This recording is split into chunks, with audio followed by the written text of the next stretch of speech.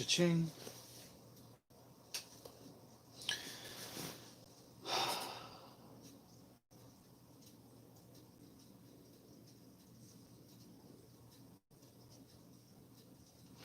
Okay.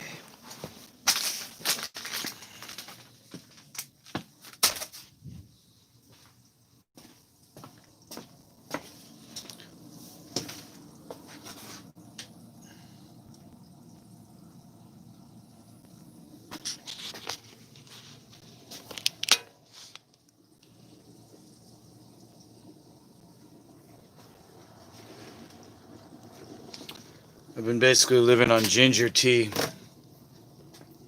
besides my dragon mist. That's Yohimbe tribulus powder and distilled water. Okay. This is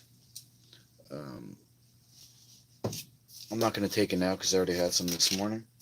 This is blended quinoa with medical marijuana. So I take about a teaspoon of that. So I would still consider this fasting, what I'm doing. Because I'm not eating this for nutrition. And then once that's gone, I'm going to continue to fast without that. Okay, but I still have pumpkin seeds inside of me because the last meal I ate was my dino cheese. It's this much of basically ground pumpkin seeds. So whatever this is, I have this much pumpkin seeds inside me still. So what I'm going to do is take this lemon juice. I'm putting hot water on the honey that I put in here. It says orange blossom honey.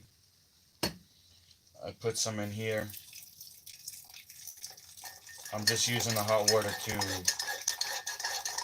to melt that.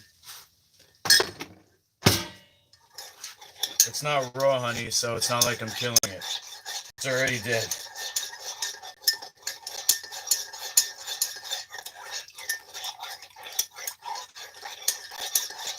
Next thing I'm going to put in is Celtic salt for minerals.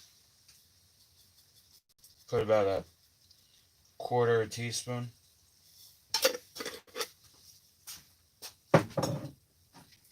The rest I'm going to put water.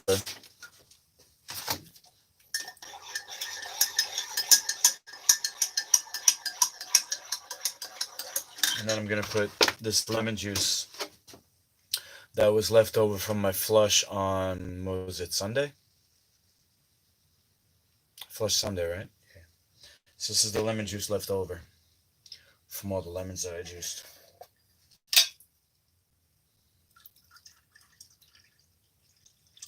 Okay, so I got half left. Could do another one of these. So you always taste test. Very lemony and delicious. Now, a little bit of ginger powder in the bottom of this container. You got to understand something. Live food is prebiotic and probiotic. So even if the food's sitting around, it doesn't go bad. Now you're supposed to have a balance of bacteria. So, keep that in mind.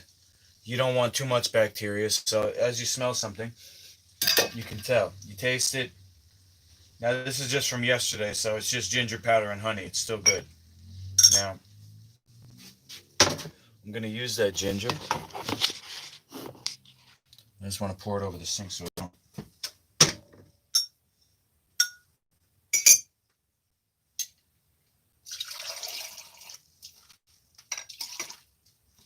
So I'm putting that much in, halfway.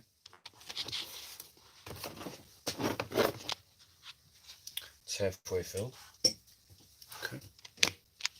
And then I'm going to put ice. No, but first I'm going to put baking soda. So I'm basically trying to cause a reaction. Now, what you're going to see here is a fizziness. All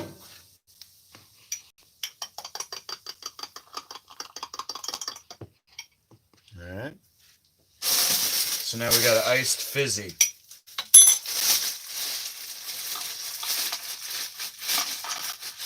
It's probably more effective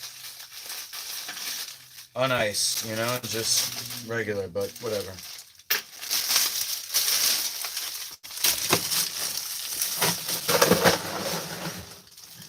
So we got an iced fizzy recipe.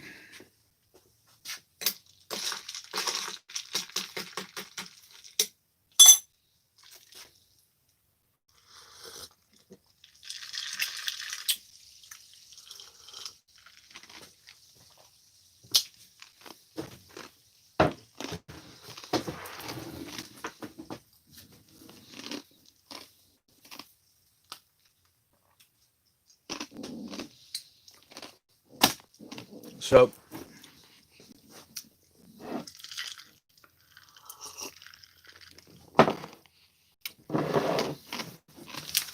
like I said,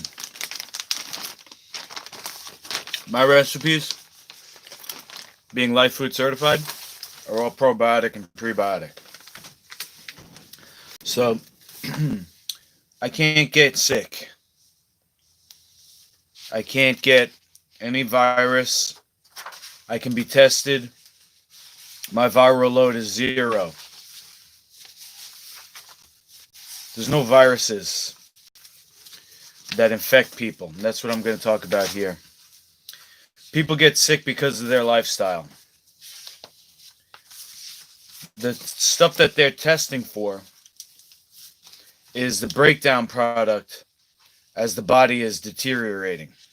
That's what a virus is. The PCR test is used to look for the human body breaking down. And then they theorize that's the result of a germ. That's germ theory. But it's not true. And that's what we're going to go into now. I'm hoping that this printout, I haven't read it yet, but I'm hoping that it clarifies what I just said. So, let's see. I got to get the camera. Let me see if I can just... Where is the... Oh, it's there. Okay. So if I do this... Let me flip the camera around. Sorry about that. Okay.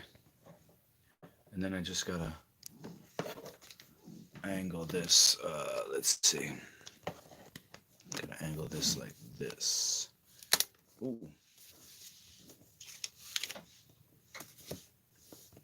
I had to get a new camera stand. My other one broke, so just bear with me here, okay? Move this out of the way.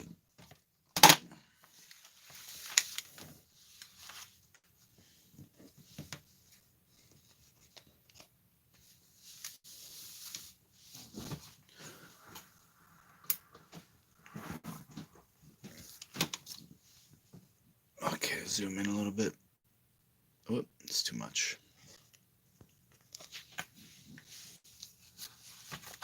Okay, and do I have a little clipboard?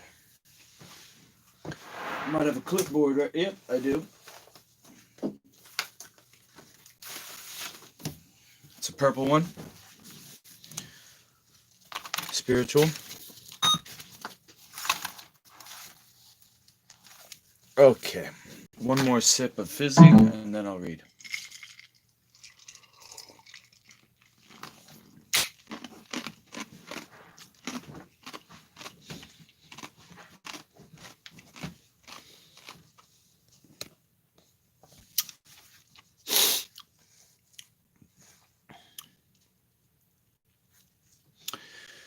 This is a special report of the Red Owl Network. I'm Master Lukey, also known as Red Owl in the Native American Church. I believe that the body is the temple and sacred, and any puncturing of the skin is a sin to be avoided at all costs unless totally necessary. For example, maybe somebody got shot with a bullet. Oh, knock on wood. That will never happen to me. They might have to, or, I'm not against surgery if somebody needs to have a finger reattached, stuff like that. But cutting of tumors, unnecessary, injections, all unnecessary and harmful. I do not consent. And that's my religious right. My right as a child of God not to be violated. And I'm against that. Anybody who's into that, who's promoting that, is my enemy. And I'll fight you to the death. Because that is the only result of the current system. As we say in Life Food Certified, life begets life. And if you're not Life Food Certified, then there's only death. I'm against that. And this is the proof that what I'm saying about health is true. Antoine Béchamp, contemporary of Louis Pasteur. We do not catch diseases, we build them. Antoine Béchamp. The Germ Theory of Disease Causation. Source, tuberose.com. Human beings, the potentially highest form of life expression on this planet, have built the vast pharmaceutical industry for the central purpose of poisoning the lowest form of life on the planet, germs. One of the biggest tragedies of human civilization is the precedence of chemicals over nutrition. Dr. Richard Murray. In the sciences, people quickly come to regard as their own personal property that which they have learned and had passed on to them at the universities and academies. If someone else comes along with new ideas that contradict the credo, and in fact even threaten to overturn it, then all passions are raised against this threat, and no method is left untried to suppress it. People resist it in every way possible, pretending not to have heard about it, speaking disparagingly of it, as if it were not even worth the effort of looking into the matter. And so a new truth can have a long wait before finally being accepted.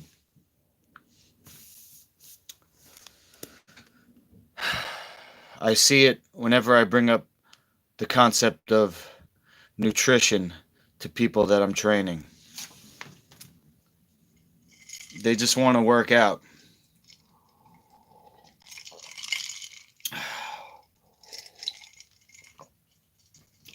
But if I don't say something, I'm letting them die. So I have to. And I have to fight against them and their beliefs for their own safety. Misconceptions about health are ingrained in our culture. Yeah, grain is right. The road to understanding the process of maintaining and restoring health has been a long and twisted one. From ancient and intuitive knowledge, science has taken over, made colossal errors, and clings to them for dear life. There was a rejection of wisdom or scientific discovery in favor of a more popular, convenient, or politically desirable system.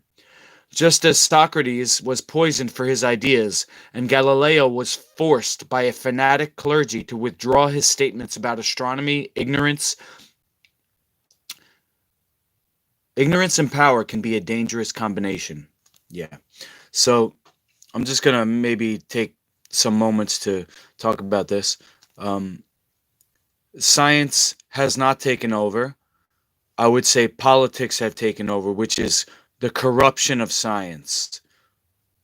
The lie, building and using a lie to profit. That's what this is, political. It's not scientific because science is against germs. All the evidence is against germ theory. We do not catch diseases. We build them. We have to eat, drink, think, and feel them into existence. We work hard at developing our diseases. Every day eating, right? We must work just as hard at restoring health. The presence of germs does not constitute the presence of a disease. Bacteria are scavengers of nature. They reduce dead tissue to its smallest element. Germs or bacteria have no influence whatsoever on live cells. Germs or microbes flourish as scavengers at malnourished, non-resistant tissue in the first place. They are not the cause of the disease any more than flies and maggots cause garbage. Flies, maggots, and rats do not cause garbage, but rather feed on it. Mosquitoes do not cause a pond to become stagnant. You always see firemen at burning buildings, but that doesn't mean they caused the fire.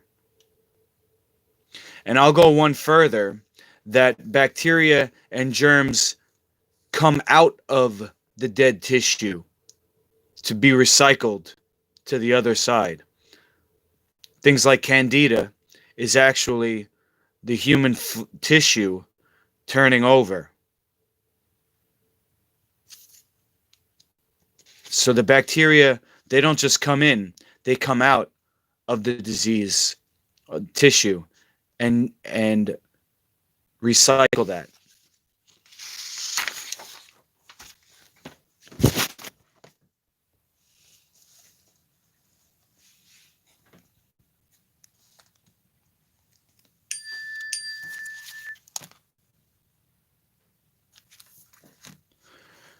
Traditional Western medicine teaches and practices the doctrines of French chemist Louis Pasteur. Pasteur's main theory is known as the germ theory of disease. It claims that fixed species of microbes from an external source invade the body and are the first cause of infectious disease. The concept of specific unchanging types of bacteria causing specific diseases became officially accepted as the foundation of allopathic Western medicine and microbiology in late 19th century Europe.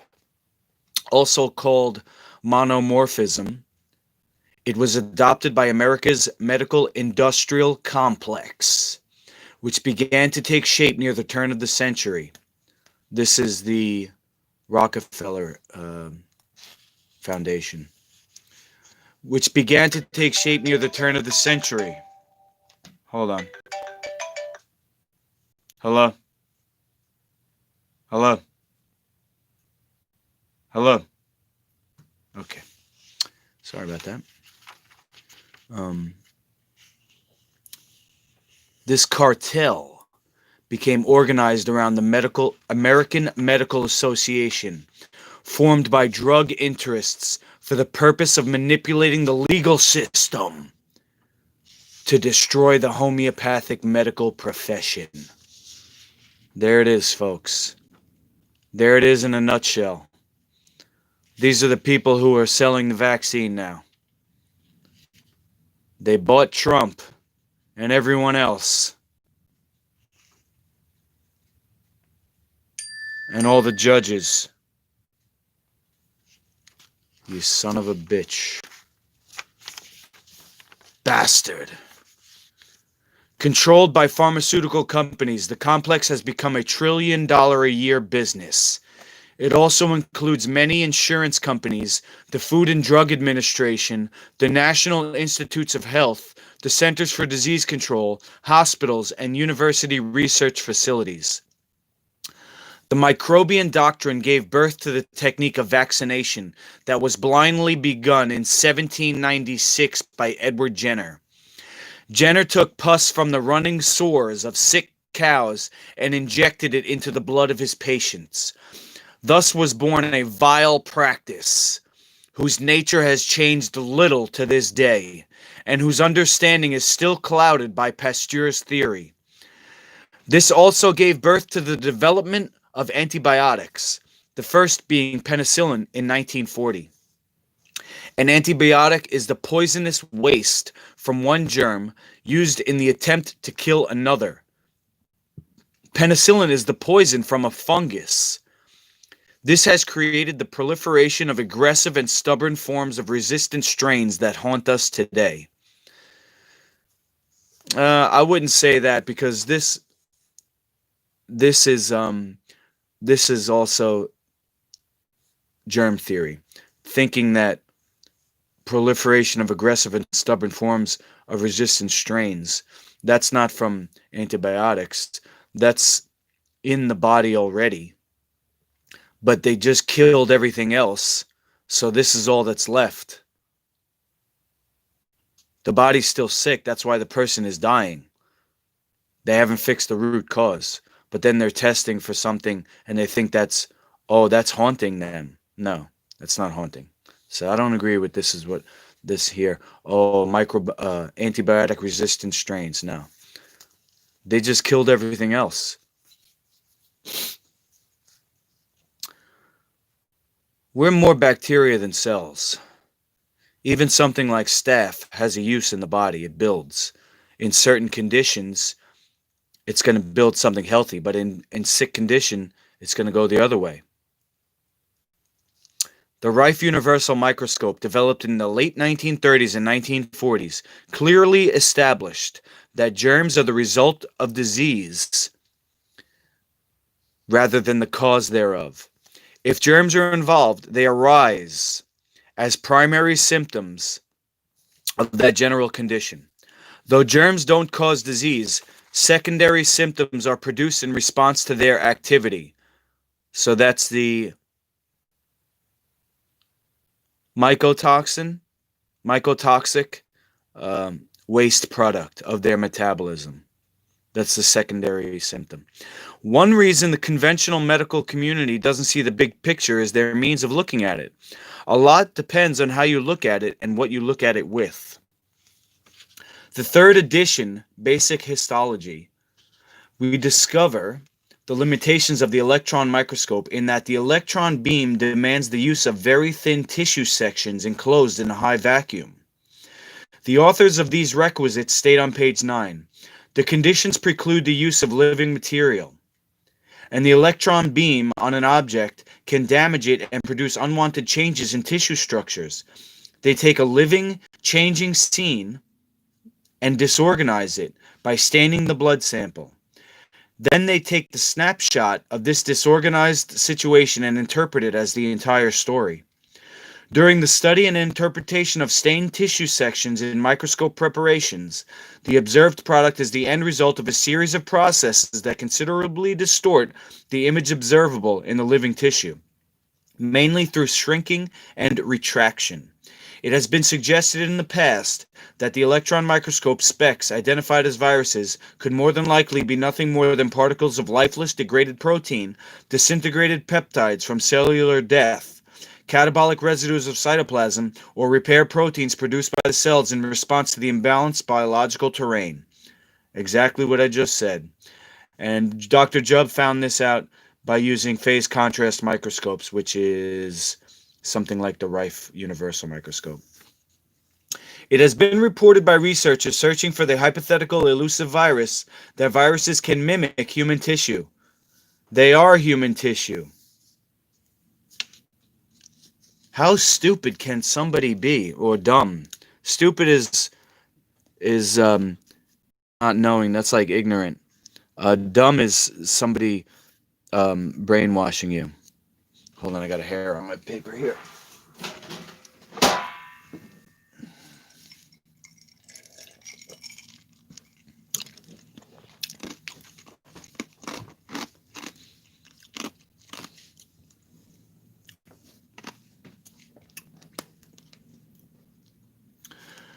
Perhaps the most profound confirmation of pleomorphism was executed by another nearly obliterated genius.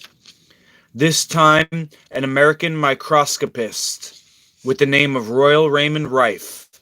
His story was told in the Rife Report by Barry Lyons.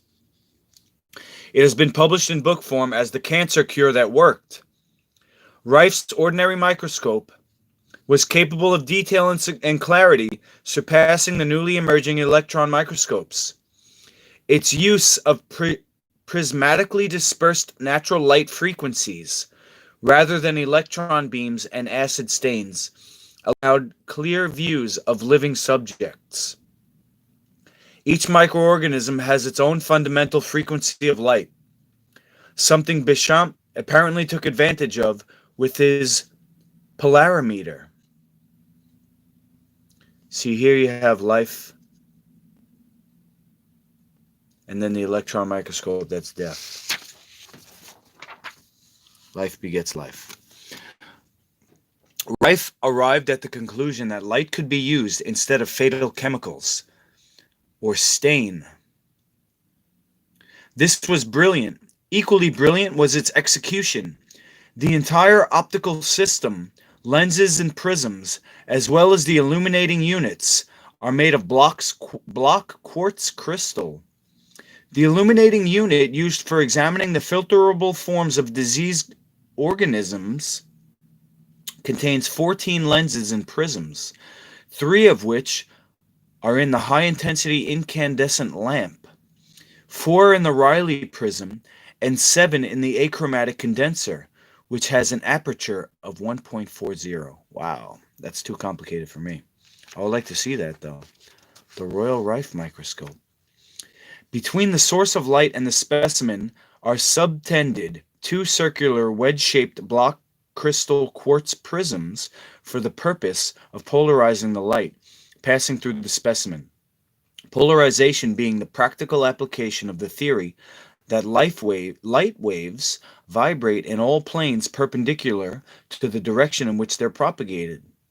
When light comes into contact with a polarizing prism, it is split into 2 beams, one of which is refracted to such an extent that it is reflected to the side of the prism without passing through the prism, while the second ray, bent considerably less, is enabled to pass through the prism to illuminate the specimen. When the quartz prisms on the universal microscope are rotated in opposite directions, they serve to bend the transmitted beams at variable angles of incidence, while at the same time, since only a part of the band of color is visible at one time, a small portion of the spectrum is projected up into the axis of the microscope. It is possible to proceed this way from one end of the spectrum to the other, infrared to ultraviolet. Now, when that portion of the spectrum is reached in which both the organism and the color band vibrate in exact accord with one another, a definite characteristic wavelength is emitted by the organism. A monochromatic beam of light corresponding exactly to the frequency of the organism is then sent up through the specimen, and the direct transmitted light, enabling the observer to view the organism stained in its true chemical color and revealing its own structure in a field which is brilliant with light.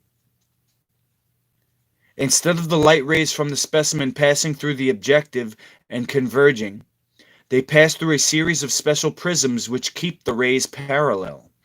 It is this principle of parallel rays in the universal microscope, and the shortening of projection distance between the prisms, plus the fact that 3 matched pairs of 10 mm, 7 mm, and 4 mm objectives in short mounts are substituted for oculars, which make possible not only the unusually high magnification and resolution, but which serve to eliminate all distortion as well as chromatic and spherical aberration.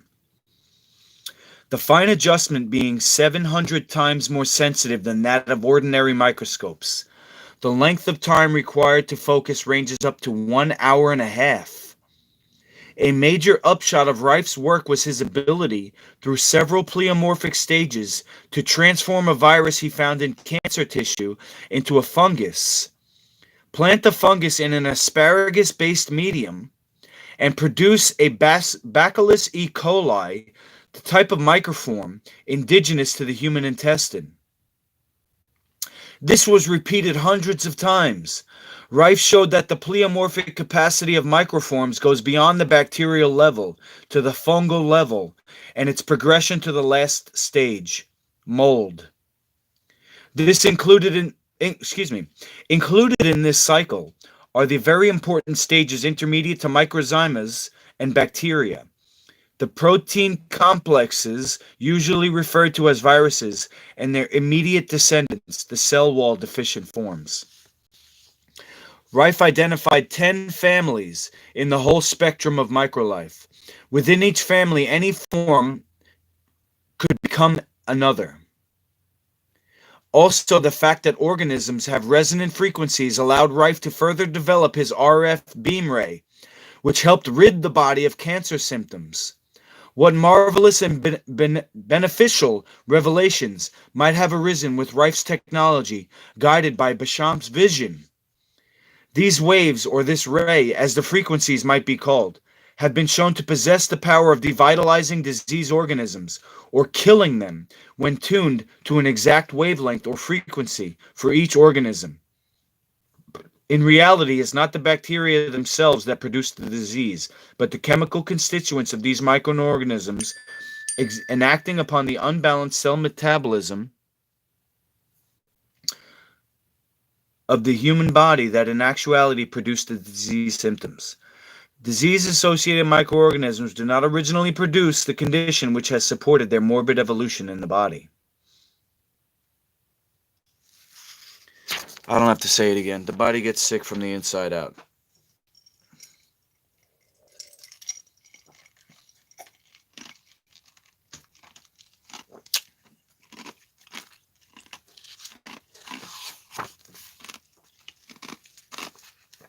You don't need a beam to do it, though. You can heal yourself without that. A healthy or diseased biological terrain is determined primarily by four things: its acid-alkaline balance, its electrical magnetic charge, its level of poisoning, and its nutritional status. Okay, so as far as human goes, the acid-alkaline balance, you have to have alkaline, what's called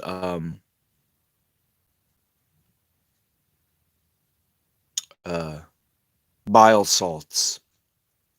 You have to have bile salts to have a healthy acid-alkaline balance in the intestine. Bile salts. So that's why I did the liver flush, and that's why I promote the liver flush. Electric magnetic charge. Okay, so this is done by two things. First, by getting rid of the garbage food that's dampening your flow. And then by getting rid of, what I mean is replacing it with Life Food Certified. And then once you heal your liver and gallbladder, you'll be more able to do fasting, which is the absence of food. So you eat food, but then you also rest. And while you rest, your electricity goes up because you're not using your electricity to digest. Okay. Level of poisoning, toxicity. Okay, so that's called flushing. Okay. Also, some people call it detox. Some people call it cleansing. But that's cleaning up your menu and then cleaning up your organs. And nutritional status. Okay, so I'm not telling people to do fasting right away. You have to bring in Life Food Certified menu. Okay, build yourself back up. Then you'll be more healthy to be able to do fasting. Okay. One critical symptom of diseased terrain is low oxygen. Another is a stoppage of movement or stagnation in the colloidal body fluids between cells. Still another is loss of electrical charge on the surface of red blood cells. This contributes to a condition called rouleau, sometimes called sticky blood. Okay, we've seen a lot of that. Within a cell's wall, all the chemicals and components acting together make up life. Nothing within the cell is believed to be alive of itself. But when you look at live blood, you can observe that microorganisms undergo an exact, scientifically verifiable cycle of change in their form. As profound as the change of a caterpillar to a butterfly, this evolution is even more fantastic since it can happen quite rapidly, sometimes in the matter of minutes. There are no enemies or specific diseases to fight. There is only the consequence of balance or imbalance. The universe seems to operate by keeping opposites in balance. When things get out of balance, a sign usually appears to make it known. Health is balance in the system.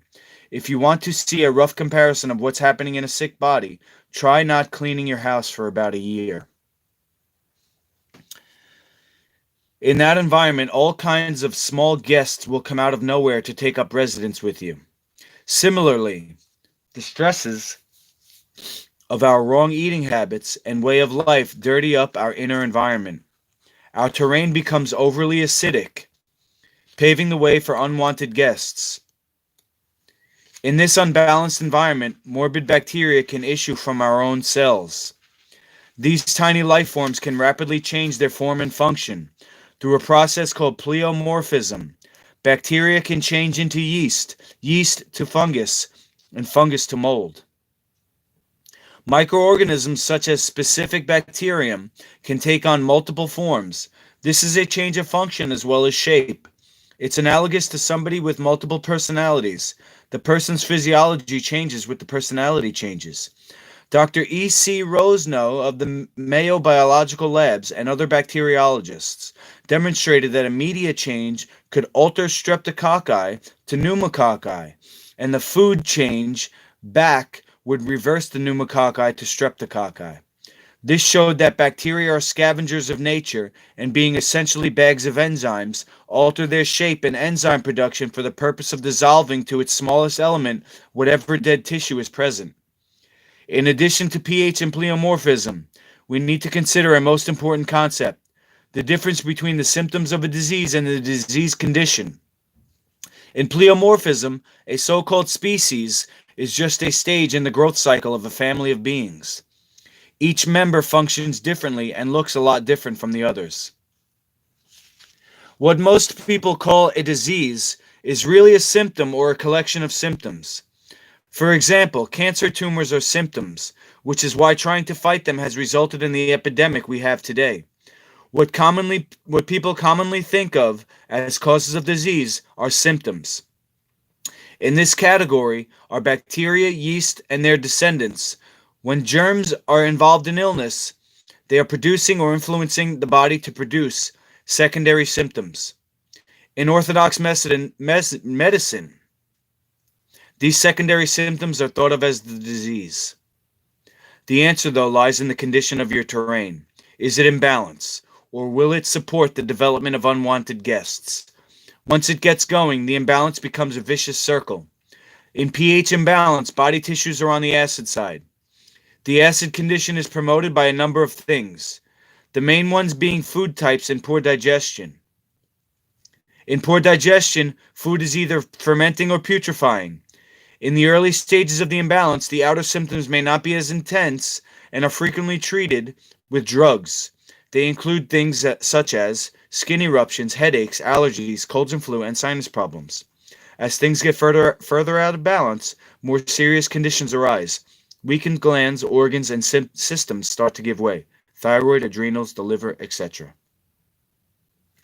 Okay, so food types and poor digestion. So you have non-life food and a clogged up liver. Unfortunately, symptom manipulation plays a major role in creating worse symptoms later. But most people don't consider or realize this when they go for the quick medical fix. Even most doctors are not aware or aren't telling. The medical militaristic approach is a substitution of artificial therapy over natural, of poisons over food, in which we are feeding people poisons, trying to correct starvation. Yep, just like junk food, it creates more hunger. Lack of understanding creates fear. But when we understand that both health and disease are created by our own living and eating habits, then there is no longer any fear of germs. Our individual immune systems are inescapably linked to the planet Earth, of whose substance we are made. The entire planet Earth, the complete geosphere, has its own functioning immune system, a self-protecting, regenerating, healing system. When we are not integrated in that system, or we harm that system, the inevitable result is our own degeneration. There is no blessing that anyone has ever received that was not linked to the Earth, even if it came from the internet. Even the British Medical Journal of November 1950 admitted, with the best of care, heavy bacterial contamination of vaccine lymph is inevitable during its preparation, and as many as 500 million organisms per milliliter may be present. This being true, if bacteria cause disease, everyone receiving their first vaccination would expire within 24 hours of inoculation. And some do.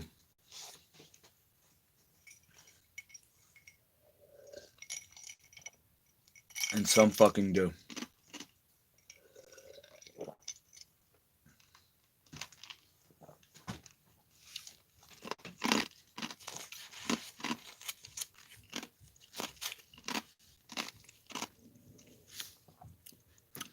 Rudolf Virchow, father of the germ theory, stated in his later years,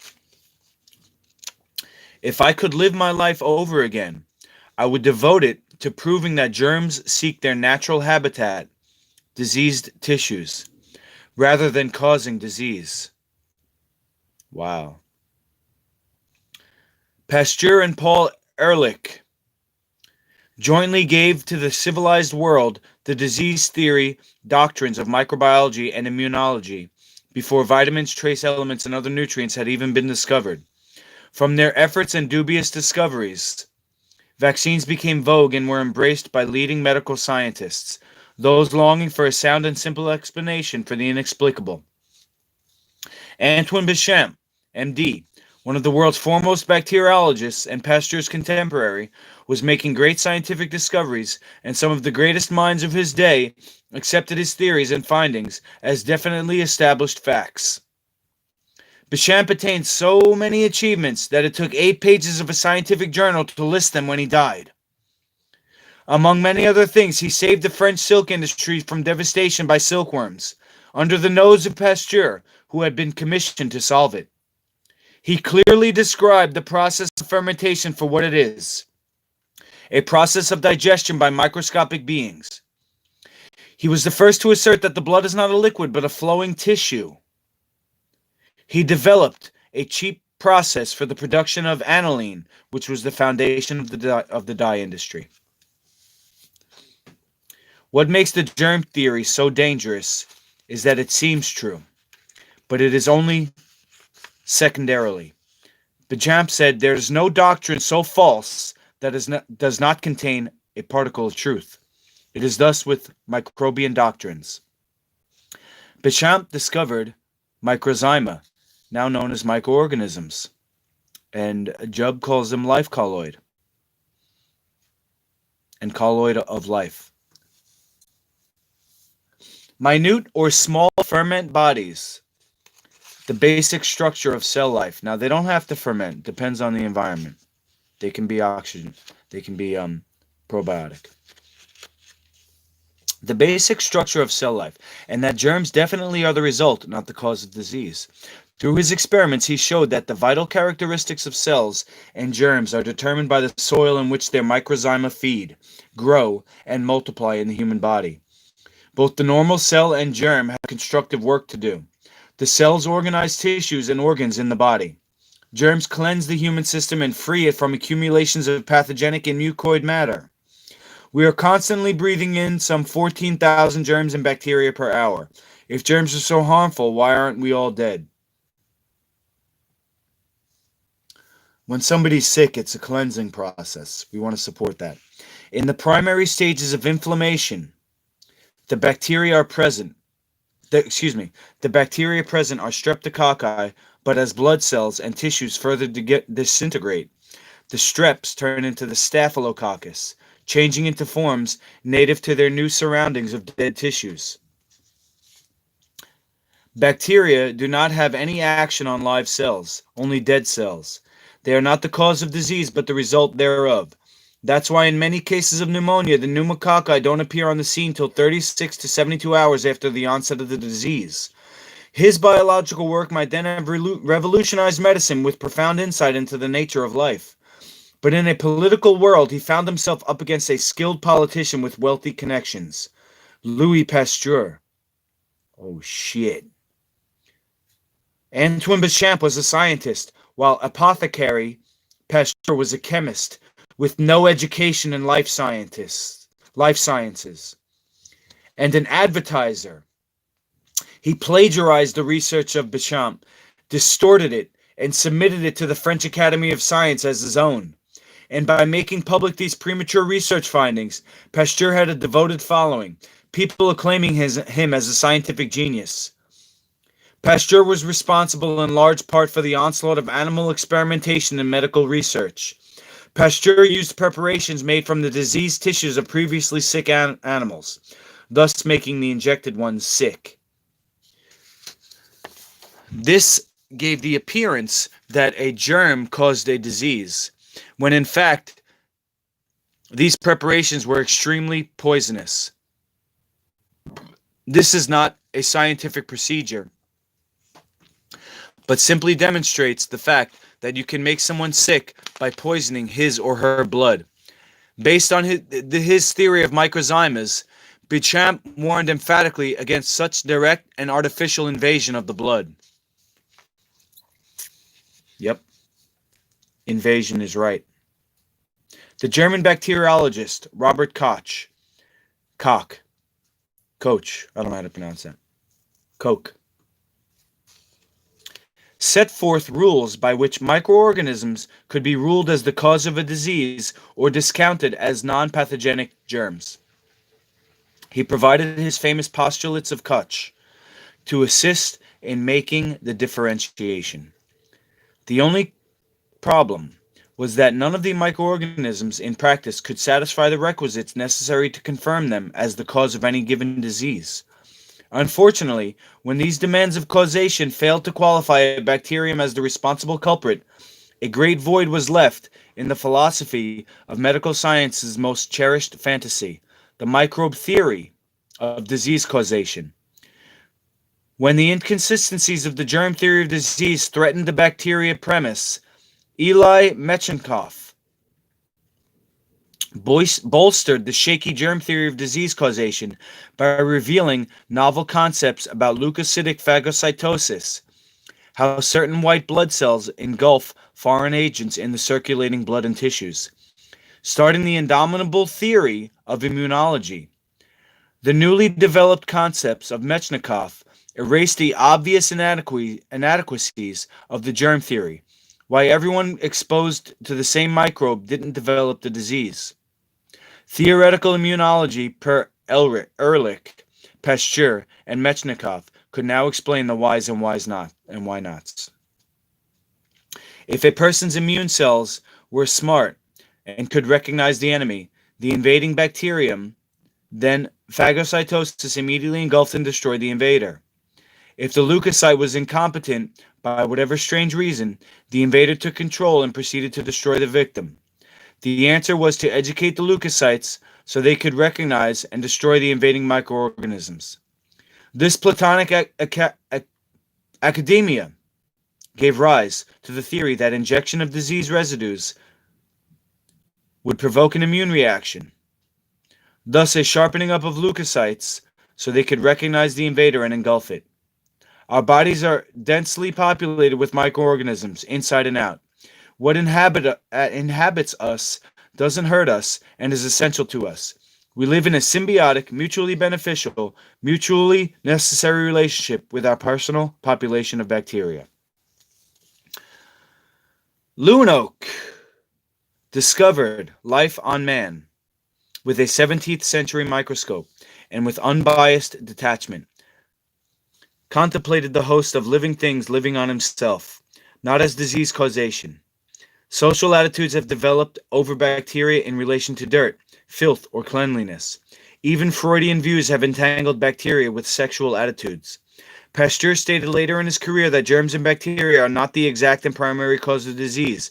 He abandoned his earlier beliefs on the germ theory and became convinced that the disease came first, the germ second.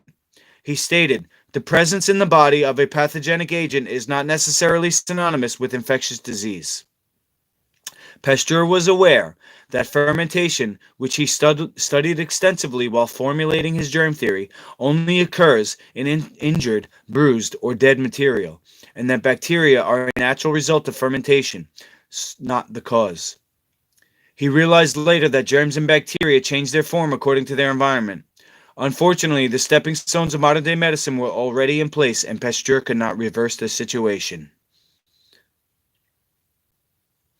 Most all textbooks of bacteriology reveal that the normal throat routinely carries all these bacteria. I'm not going to read it. Most infectious pathogenic bacteria, yeast, mold, and fungus thrive in an imbalanced pH. They come out of an imbalanced pH. They come out of it. The following bacteria, all well-known enemies of modern science's war on bacteria, grow optimally on a pH imbalanced media. Okay, staph, I'm not going to read them.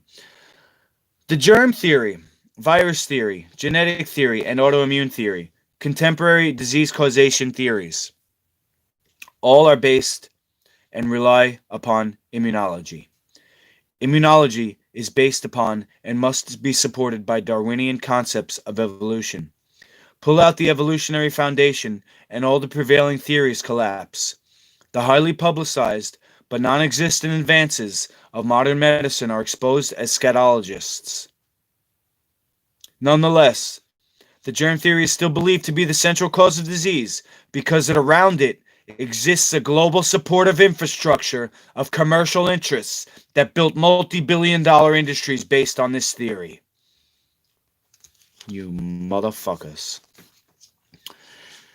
The inability of the germ theory to satisfy the postulates of Koch. The virus theory can't survive the basic requisites of scientific scrutiny to remain a theory, much less become a law. Dorland's Illustrated Medical Dictionary tells us that a virus is a minute infectious agent not resolved, meaning it's not distinguished separately by the light microscope. It is without independent metabolism and can only replicate or reproduce itself within a living host cell. A virion is defined as a complete viral particle found outside of host cells and can survive in crystalline form and can infect a living cell.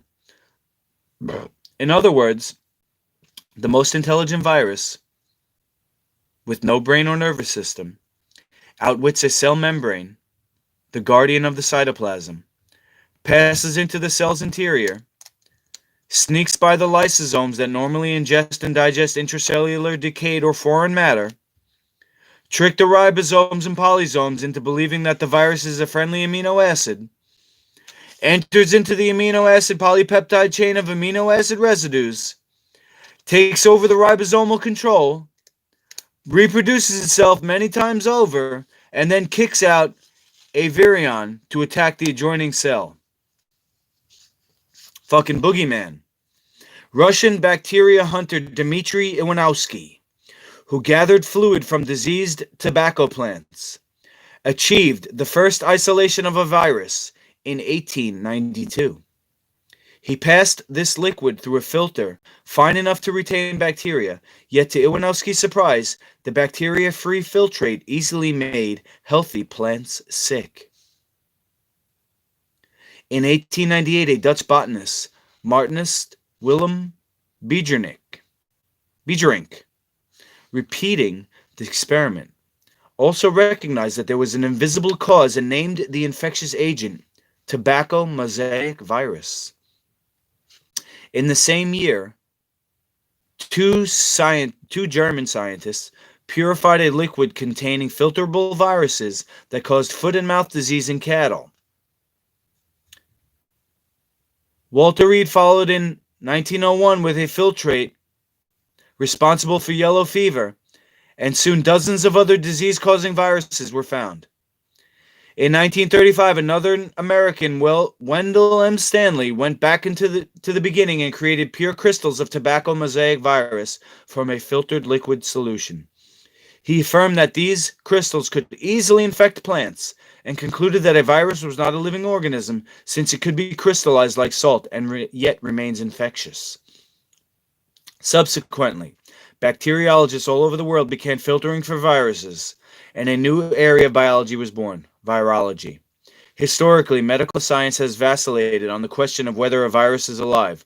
Originally, it was described as non-living, but it is currently said to be an extremely complex molecule or an extremely simple microorganism, and it is usually referred to as a parasite having a cycle of life.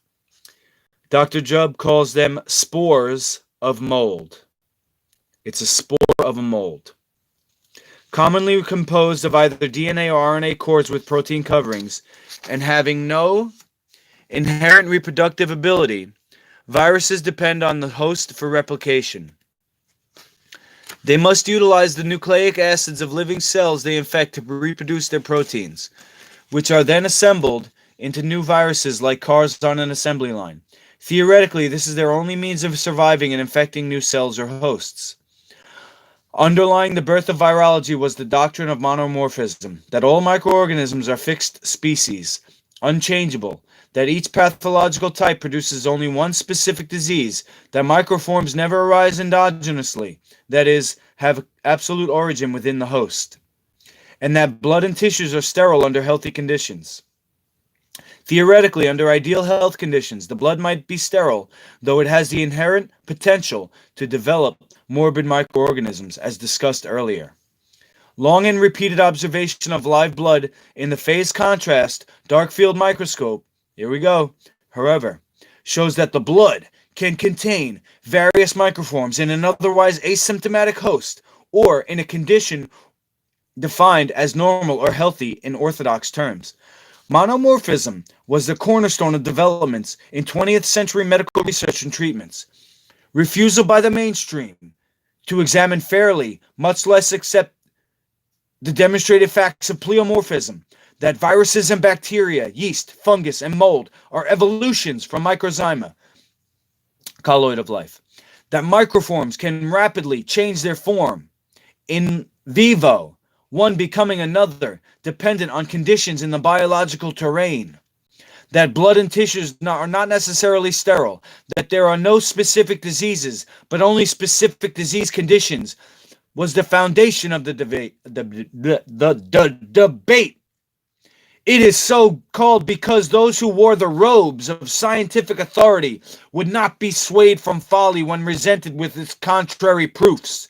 These proofs began in earnest with Antoine Béchamp in the 19th century. Reminds me of the robes of the judges who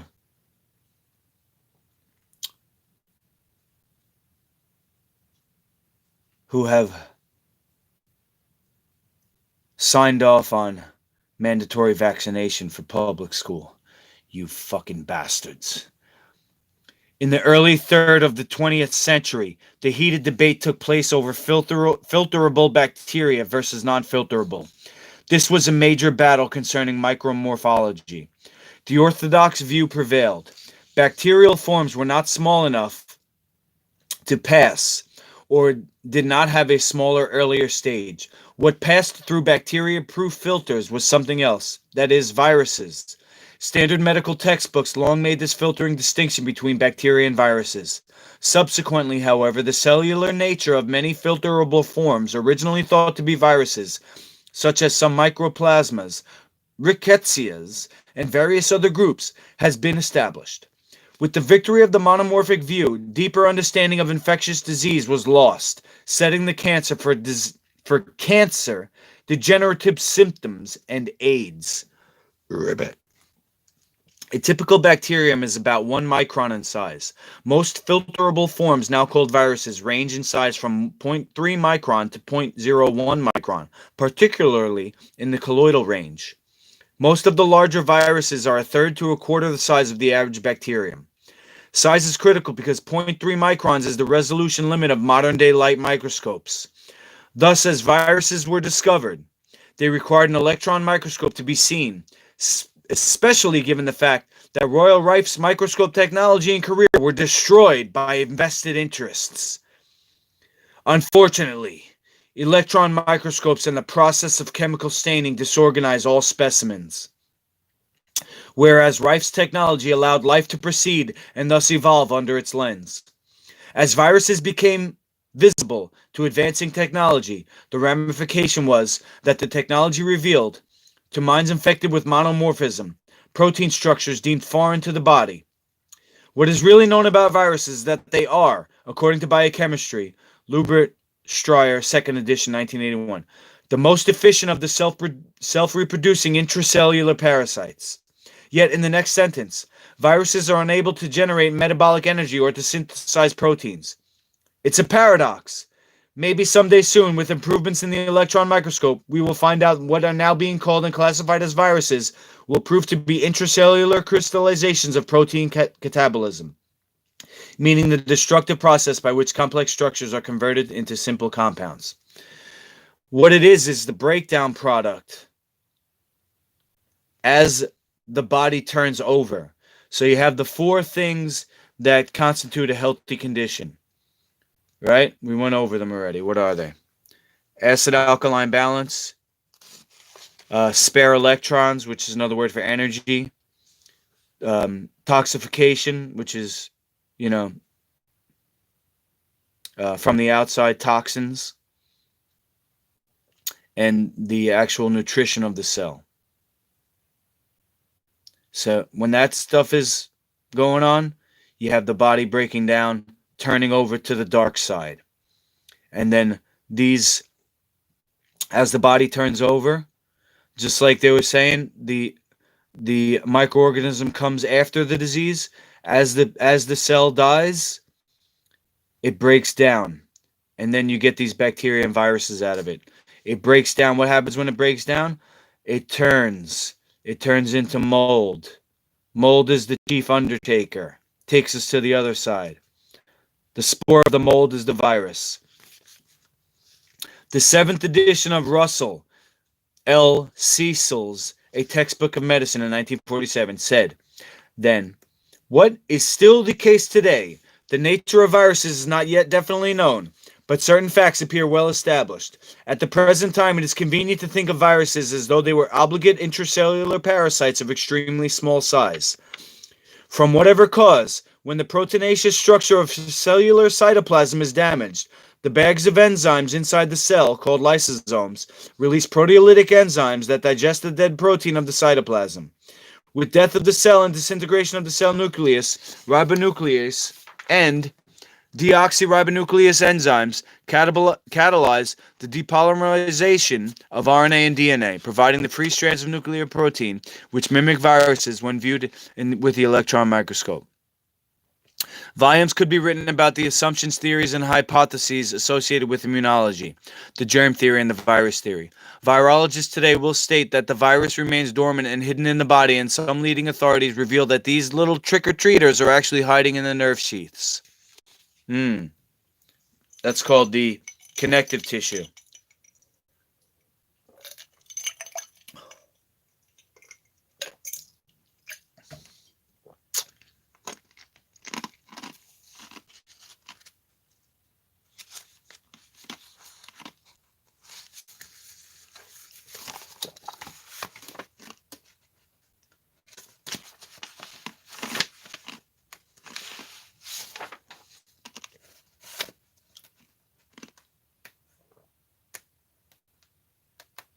Okay, just checking.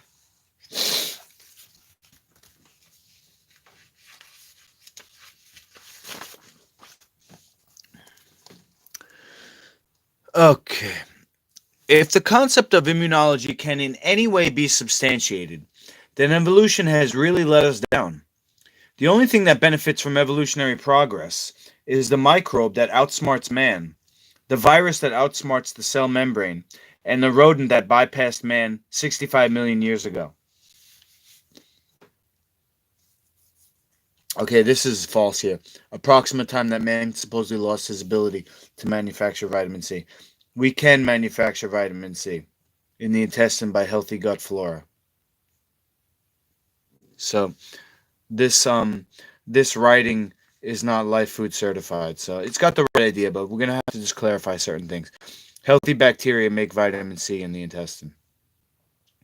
If the antigen antibody reaction is true, we have also been outwitted by anaphylaxis, an exaggerated reaction of an organism to an injected foreign protein. Such an injection renders the animal or human hypersusceptible to a subsequent infection, which cannot exist under the circumstances. Dr. Manwaring, professor of bacteriology and experimental pathology at Leyland Stanford University, proclaimed, "Not only is there no evidence of these so-called antibodies being formed, but there is ground for believing that the injected germ proteins hybridize with the body proteins to form new tribes whose characteristics and effects cannot be predicted. Even non-toxic bacterial substances sometimes hybridize with serum albumins to form specific poisons which continue to multiply, breed, and crossbreed ad infinitum, doing untold harm as its reproductivity may continue while life lasts." He continued, "In spite of millions of dollars spent on research and tens of millions spent in commercial exploitation of 100 theoretically logical monovalent, polyvalent, prophylactic, and curative antisera, 95% of them were thrown into the clinical discard.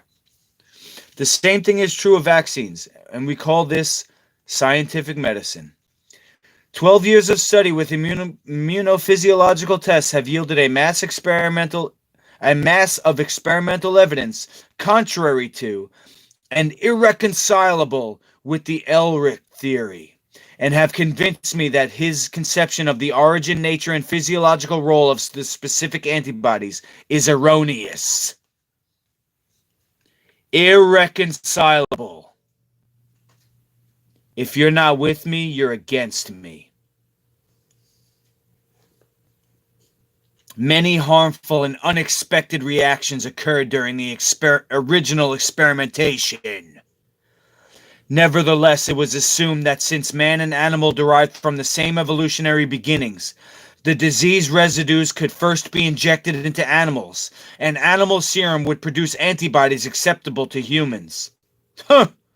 That particular concept was not appetizing to the average scientist until Charles Darwin assumed that evidence that man and lower animals were indeed blood brothers. According to Frances Widman, associate professor of pathology at Duke University, said in her 1979 printing of Clinical Interpretation of Laboratory Tests, "The fact that a patient's serum contains a particular antibody does not prove that his ongoing or recent illness was due to that organism. If serum has little or no antibody at the beginning of an illness, and if high levels are present in the convalescent sample drawn several weeks later, there is strong circumstantial evidence only that the illness was due to that organism." Circumstantial. She continues on page 401. Ribbit. "The war between microorganisms continues unremittingly. Wonder drugs have not eradicated infectious disease. They have merely changed the conditions and natural history of many infections. Organisms display remarkable adaptive capacity, so that drugs effective today become ineffective against the same type of infection tomorrow." No, the drug, it kills the body's response, and the person is still sick. So it shuts off the body. That's what the drug is doing. It shuts off the body, but the disease is still there. So now something else comes back stronger. That's why that happens like that. These antibiotic resistant strains, drug resistant strains, it's just continuously more killing of the human response. Like if you have a kid who's upset and then you fucking give him Prozac or something. You bastards! Isn't it strange that modern scientists have become so deeply entrenched in the microbial infection theory of disease causation? Yeah, because they're all on drugs or bought and paid for, or both. That they are unable to comprehend that infection is not infection, but inflammation.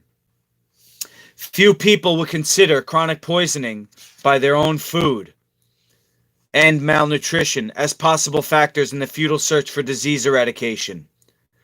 Yeah, because of the drug-like effect of food and parasites in the food. This is called the brain of the gut. You don't want to admit that chicken is poisonous. You don't want to admit that wheat is a drug.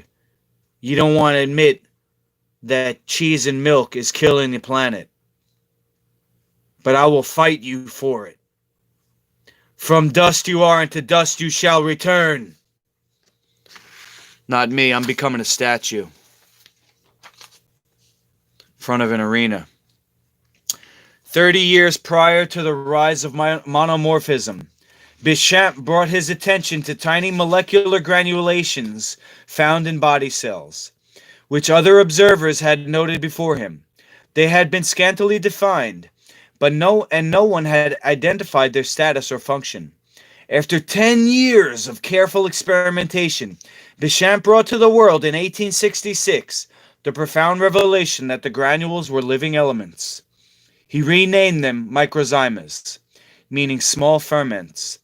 During the following 13 years, Béchamp, with his devoted co-worker, Professor Esther, developed and refined the theory of microzymes.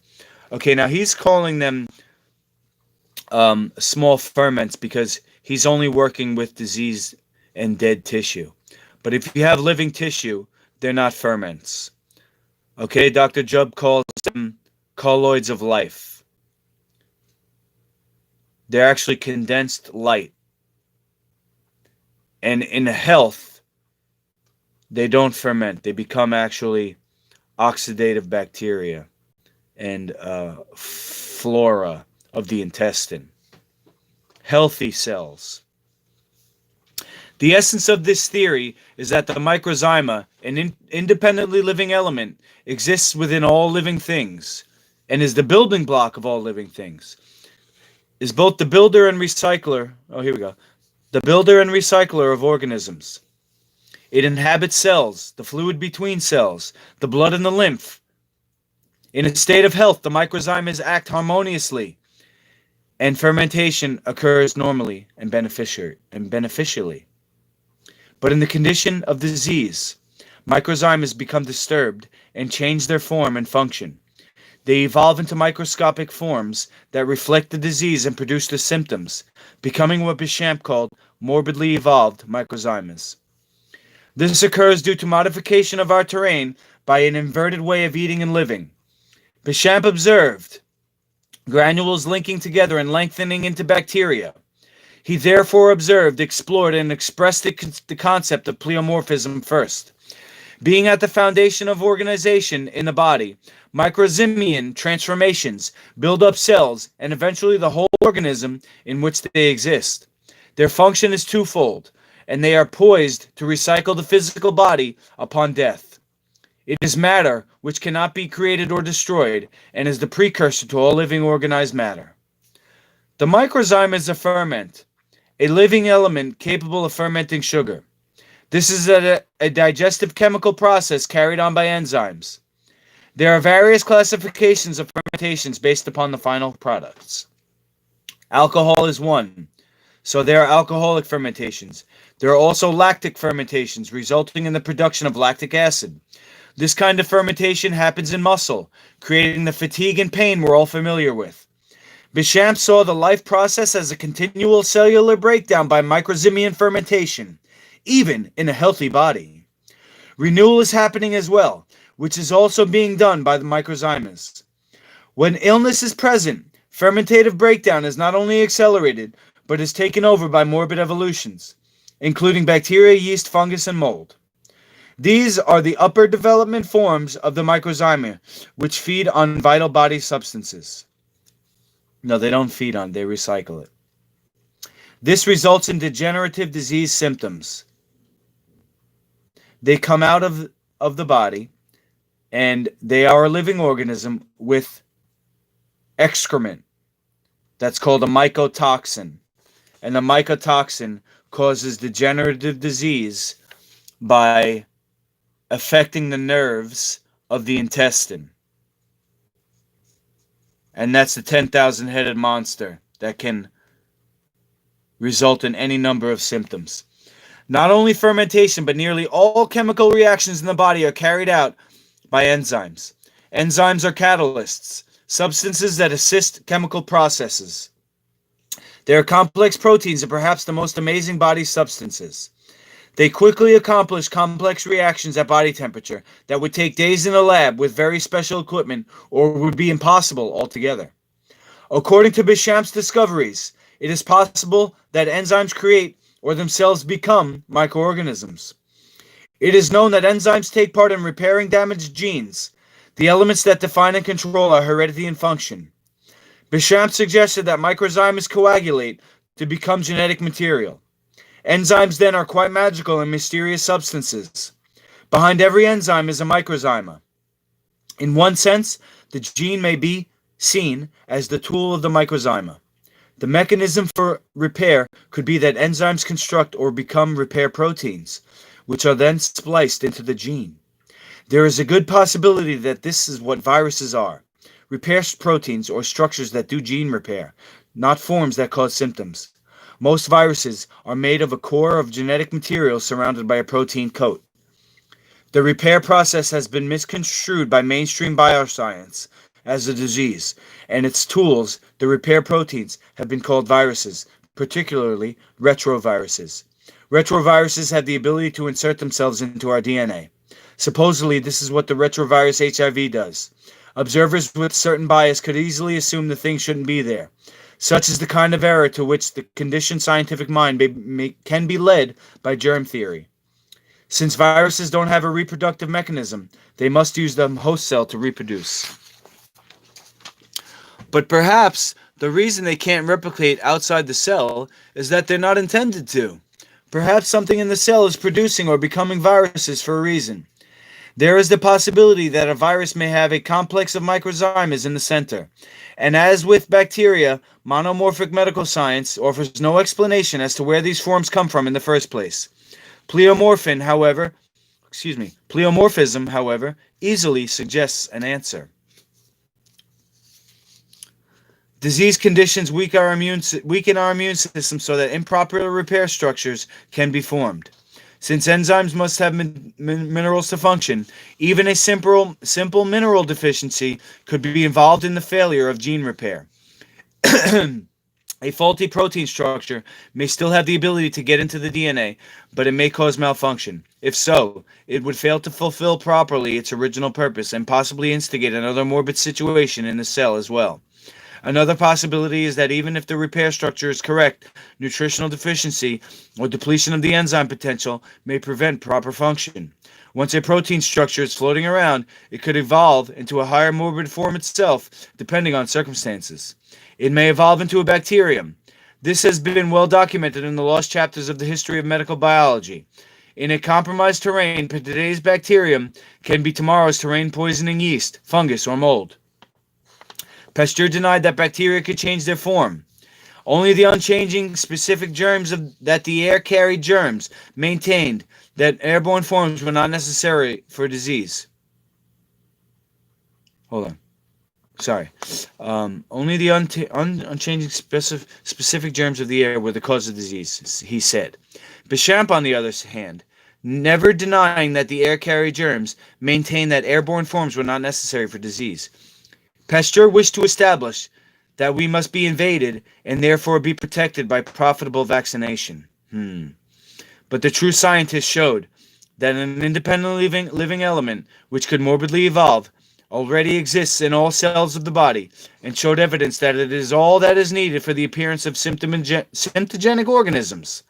The body naturally has within it the factors and potential necessary to produce the symptoms of disease, including microorganisms. It means we also have the innate ability to become and to stay healthy. Yes, sir.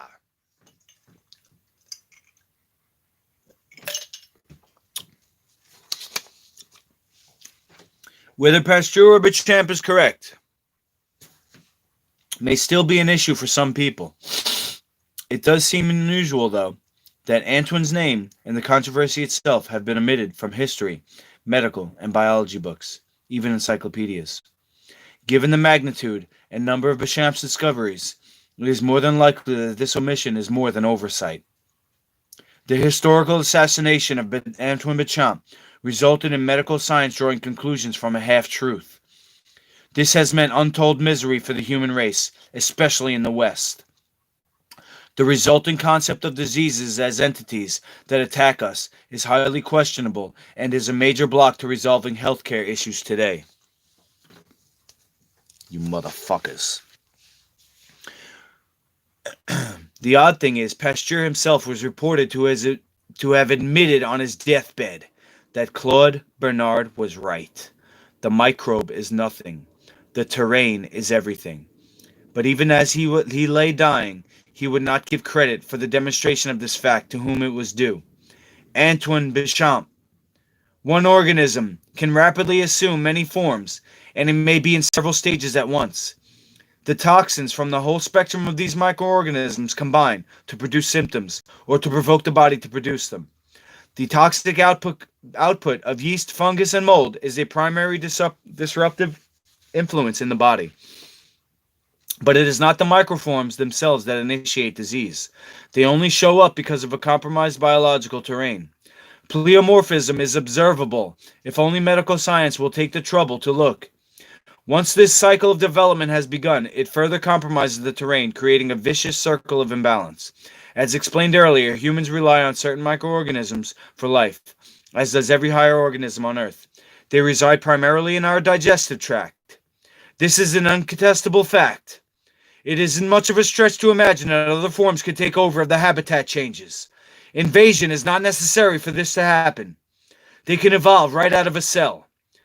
To understand the principles of pleomorphism in terrain is to understand why we are sick and tired. Once we understand why we're sick and tired, we can start making necessary changes to our lifestyle and bring our bodies back into balance. Here we go, baby. Dark field microscopy. By reviewing living blood under a dark field phase contrast microscope, pleomorphic forms can be seen. This type of live cell analysis is also used in marine biology for observing tiny sea life with fragile outer skins. The high-powered microscope can magnify objects up to 28,000 times.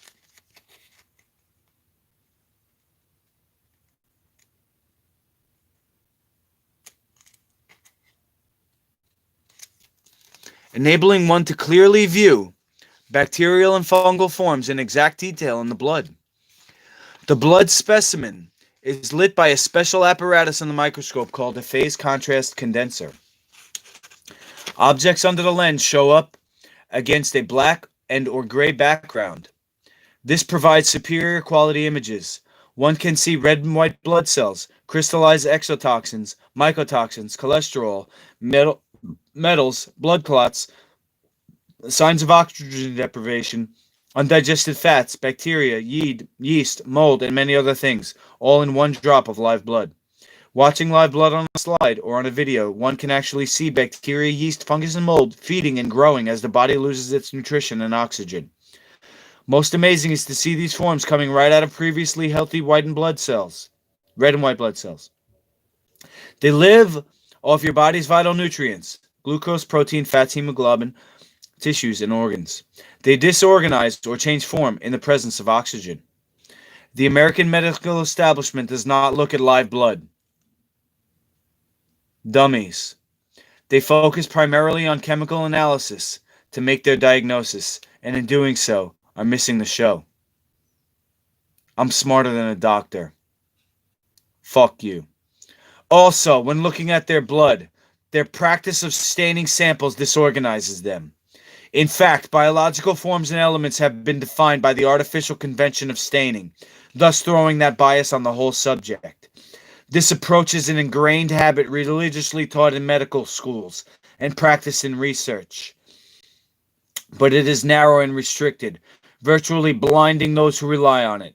The action of the chemical stain visually enhances certain things, such as the cell wall and nucleus, But this is at the cost of disturbing and disorganizing all the living, moving, feeding microforms.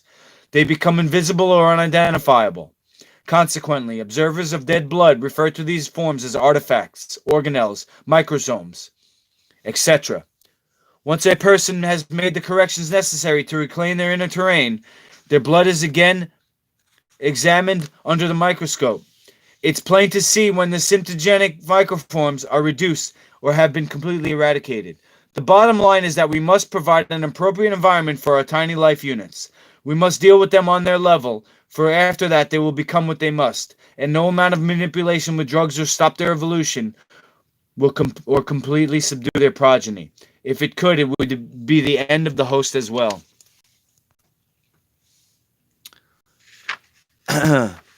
Carlo, there's no virus that causes disease. You missed the first part of the video. The virus is coming out of a sick person, not the other way around. People are sick because of what they eat. Mostly it's chicken, it's wheat, it's rice, beef products like milk and cheese, corn, soy, potatoes. These all cause the body to break down and die, and then turns into mold. And the mold has a spore, which modern people are calling a virus. So everybody who's getting sick is getting sick because of the modern diet. There's no virus that has a 99.9% recovery rate. There's no virus at all. But I'm against vaccines, so I'm with you on that. That's against my religion. Yeast and fungus are single-celled. You know what else is against my religion? Junk food. Yeast and fungus are single-celled forms of plant life. Inhabiting land, air, and water, they are everywhere. Mold, which is closely related to them, is the end stage of all pleomorphic cycles in the body. Actually, yeast is. It's the other way around. Mold turns into fungus and then to yeast. Single fungal cells can be seen only under a microscope, but a colony of them make a visible presence in the form of mushrooms, toadstools, and in the sometimes fuzzy mold we've seen growing on things. For hundreds of millions of years, yeast, fungus, and mold have developed into over 500,000 different identifiable forms. For that period of time, they've undergone little genetic change. Apparently, they haven't needed it, because they created as opportunists and survivalists, and perfectly suited for what they do. They can go from rapid growth to thousands of years of dormancy. This has been seen in the living spores, which have been found in Egyptian tombs. There is a sound biological basis for our inherent ability to produce these pleomorphic forms. While humans, higher plants and animals are alive, bacteria, yeast, fungus, and mold are unable to overcome entirely the natural balancing mechanisms that higher forms of life possess. But once the host organism dies, these microforms are the principal undertakers which reduce the higher life form into basic materials. So the natural balancing mechanisms that we have come out of the liver, and they're known as bile salts, among other things. The bile salts travel from the bile bladder into the intestine and maintain, among other things, the healthy pH of the intestine. In biology, this is known as the carbon cycle, and it is a natural, necessary life process. The recyclers have evolved from and are actually a scavenging form of microzymes. And microzymes naturally reside within all pleomorphic microforms, as they do within all living things.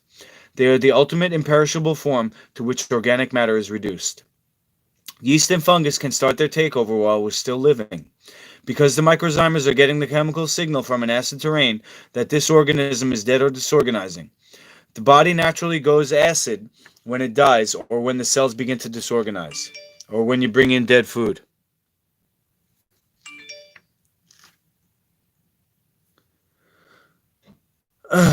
And without respiration, oxygen is lost. One of the symptoms of terrain imbalance is lack of oxygen. These morbidly evolved organisms survive without oxygen. That is, they are anaerobic.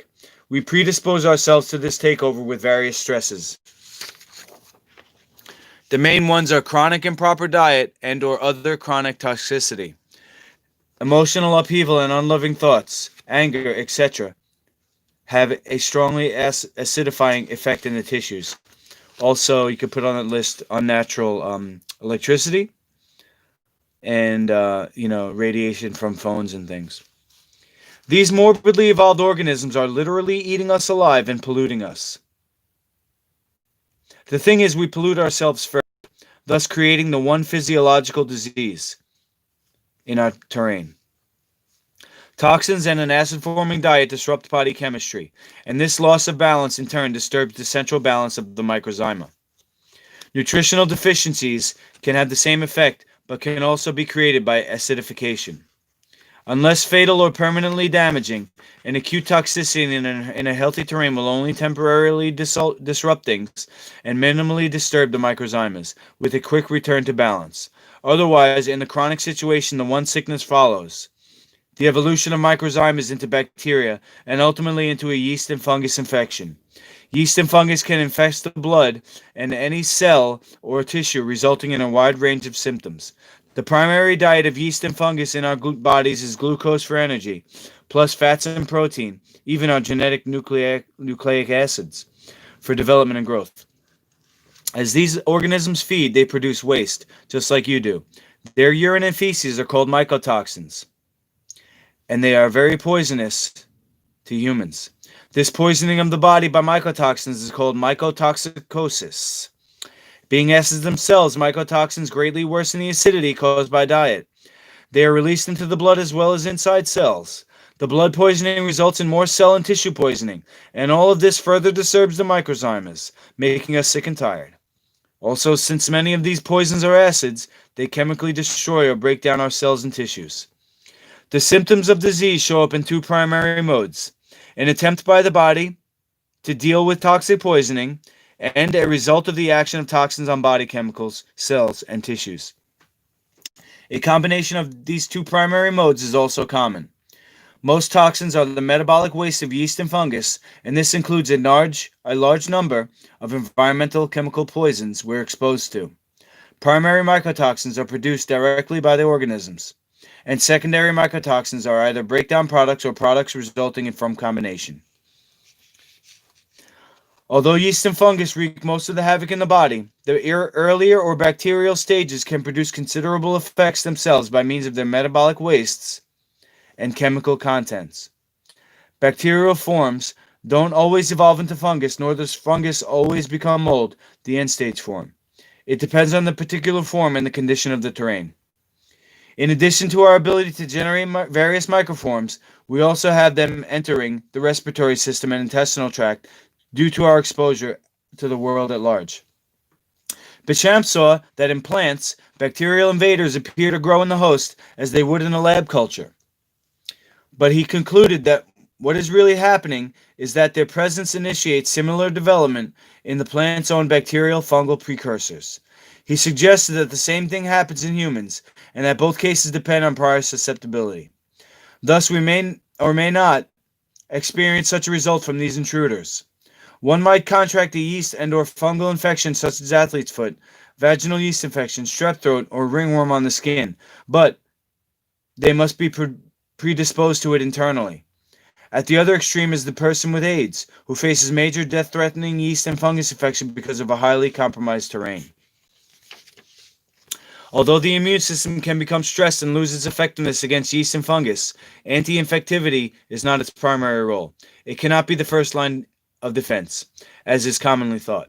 By the time it comes into play to deal with infectious agents in the body, the terrain's pH has already been compromised. The only part of the immune system that could be called a line of defense is that which stands between our inner terrain and the planetary environment, the mucosal barrier. The primary ongoing role of inner immune function is that of an elegant janitorial service. It must constantly pick up and discard filth, including the body's metabolic waste. It also deals with the remnants of the 24 billion cells that die and are replaced every day. This is talking about healthy blood, and you need to flush your liver to have that organ be able to filter the blood, which is what it does. Cleans the blood, the liver. It is so amazing that it not only picks up this waste, but recycles a good deal of it. Without this service, we'd get rather choked up inside with debris. But immunity to infection does not and cannot create wellness. Thus, infectious immunity is a backup system, a spare tire, if you will. A balanced biological terrain is the primary discouragement to morbid microforms. The misplaced emphasis on immunity and stimulating immune function is an unfortunate hangover from germ theory. Yeah, so is this here, where it's saying infectious immunity is a backup system. There's no such thing as infectious immunity. If you have health, you can deal with toxins and things that happen to us. You know, it's like, why does somebody who's in a concentration camp or the projects make something of themselves? You know, this is an inner strength. Between the extremes of athlete's foot and AIDS are the yeast and fungus overgrowths. Underlying symptoms of disease such as diabetes, cancer, arteriosclerosis, osteoporosis, chronic fatigue, and more, including infections which appear to be transmitted among humans. Most disease symptoms, chronic and degenerative ones, follow bacteria, yeast, and fungus, and their associated exotoxins and mycotoxins. In the 1930s and 40s, as many as 1,000 compounds classifiable as mycotoxins were studied by the pharmacology industry as potential antibiotics. Most were discarded as too poisonous for higher life forms to be of value in treating bacterial symptoms. These toxicity studies actually outlined the dangers of these substances. What was identified was the whole spectrum of symptomologies produced by mycotoxins. Some researchers believe there are more than 1,000 toxins produced by yeast, fungus, and mold. One common mycotoxin that is particularly troublesome is acetaldehyde. It is quite detrimental itself, yet also breaks down to other products called metabolites, including oxalic acid, lactic acid, uric acid, and alcohol. All are disruptive waste products of yeast and fungus that are found in the blood and tissues of the compromised terrain. Blood and tissues, I should say. Compounding the situation is the fact that the presence of acetaldehyde and other mycotoxins causes the liver to increase low-density lipoprotein in the blood. This high cholesterol complex is used to bind with toxins, thereby deactivating them. The binding process is often referred to as chelation. However, the resulting substance also has the tendency to become oxidized and stick to lesions in the artery walls, producing arteriosclerosis. Minerals are used for chelating purposes also. Acetaldehyde can reduce strength and stamina, cause excessive fatigue, cloud thinking, and take away ambition. One mechanism for these problems is that it directly destroys neurotransmitters. Oh shit. Which are chemicals responsible for completing all nerve impulses. Another mechanism is that it can bind to the walls of red blood cells, making them less flexible and therefore less able to get into and through the capillaries of the circulatory system. This causes starvation and oxygen deprivation in the tissues, and added difficulties that the liver converts acetaldehyde to the mycotoxin alcohol.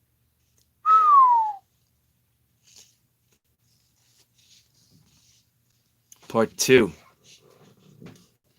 DNA may also be damaged when excess acetaldehyde reacts with it, creating the following symptom pictures: pancreatitis, cardiomyopathy, dilated cardiomyopathy, brain atrophy, dementia, atrophied brain with large ventricles, jaundice, spider angina, enlarged spleen, stomach ulcers, esophageal varicosity, acetase, cirrhosis, enlarged spleen, tremor, bleeding in tendency, bruising, ankle edema, and reddening of the palms, and others. Another example of the damaging effects of the waste products of yeast and fungus is the mycotoxin cyclosporin. This toxin suppresses the immune system so greatly that it's used to prevent the rejection of transplanted organs. The irony is that people rarely get it directly from the fungus, but are dosed with it by doctors doing transplants. Cyclosporin has been shown to cause cancer and arteriosclerosis in all humans who have been long-term survivors of transplants. Other mycotoxins, such as uric acid and oxalic acid, provoke symptoms ranging from gout to kidney stones. Cancer and AIDS are nothing more or less than a cellular disturbance of the electromagnetic balance, disorganization of the cellular microzymes, their morbid evolution to bacteria, yeast, and fungus and mold, and their ensuing production of exotoxins and mycotoxins. Cancer, therefore, is a four-letter word, acid, especially lactic acid, a waste product of yeast and fungus. The amount of uric acid and acetaldehyde produced by yeast and fungus can be overwhelming to the body. When acetaldehyde is converted into alcohol in the liver, the body is depleted of magnesium, sulfur, hydrogen, and potassium, thus reducing cell energy. The body chelates uric acid and other toxins with fats, raising LDL cholesterol. In a similar balancing act, the body reacts chemically to neutralize uric acid by binding it with minerals such as potassium, magnesium, sodium, zinc, and calcium.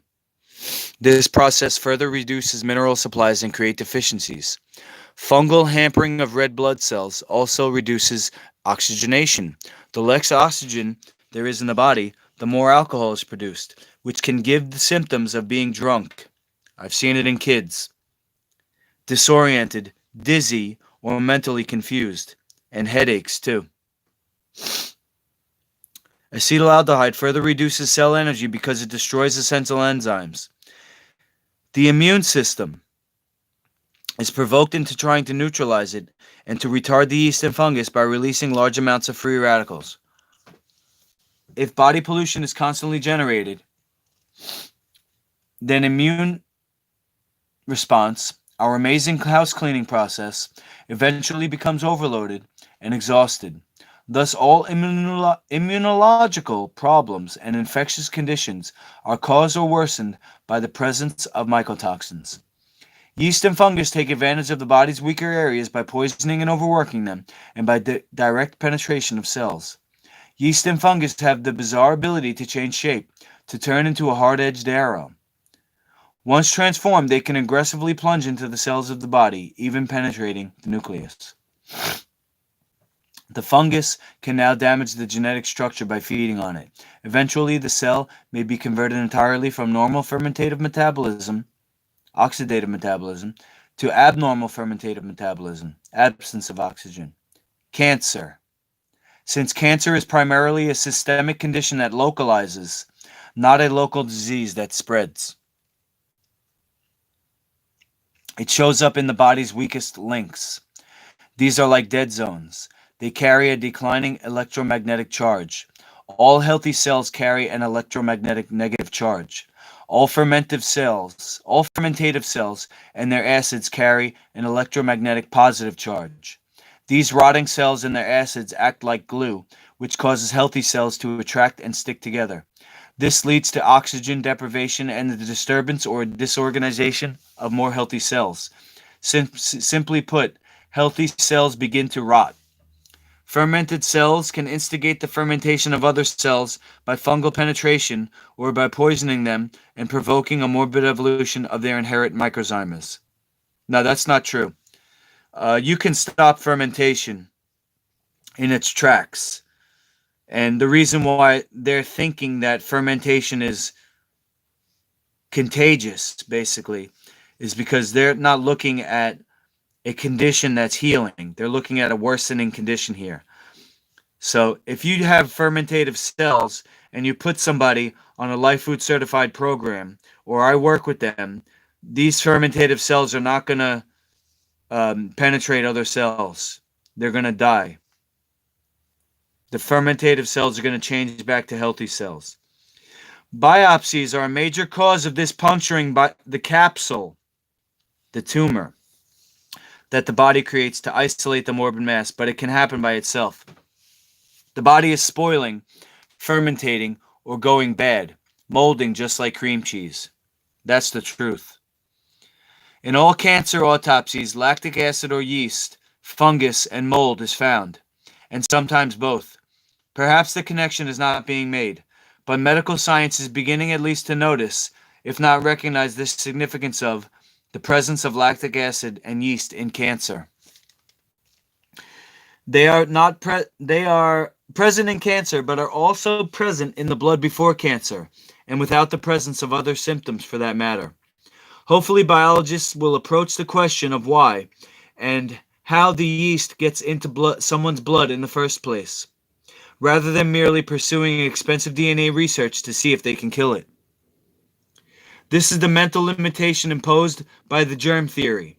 Spend millions to kill a symptom of dietary and nutritional misguidance, without realizing that the human organism itself is the main source of the yeast. The two primary parasites in all infectious and degenerative disease are of the Aspergillus strain and the Mucosal strain. These morbid forms can change rapidly when conditions change. They can revert to their original state after completing their recycling work. A pool of lactic acid, the waste product of a cancer microform, surrounds every cancer tumor, but the microform itself may or may not be there. So, my brand is anti-cancer. It's anti-cancer in its nature. So, my food is anti-cancer to prevent it. But I can also work with you if you have cancer to heal that, to heal yourself. No drugs, no surgery. Now, I'm freaking cold right now because I had that iced fizzy. So I'm gonna make a hot version with some fresh ginger. And let's see. I had a red, oh, here it is. So this is like a,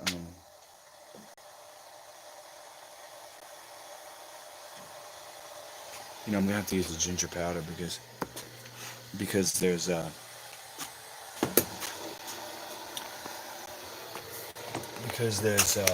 liquid in here already.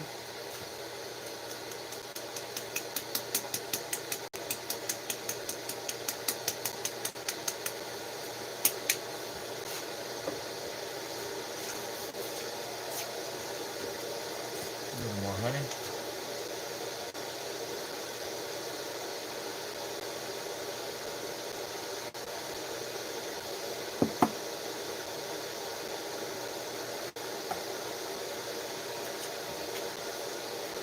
It's cold down here.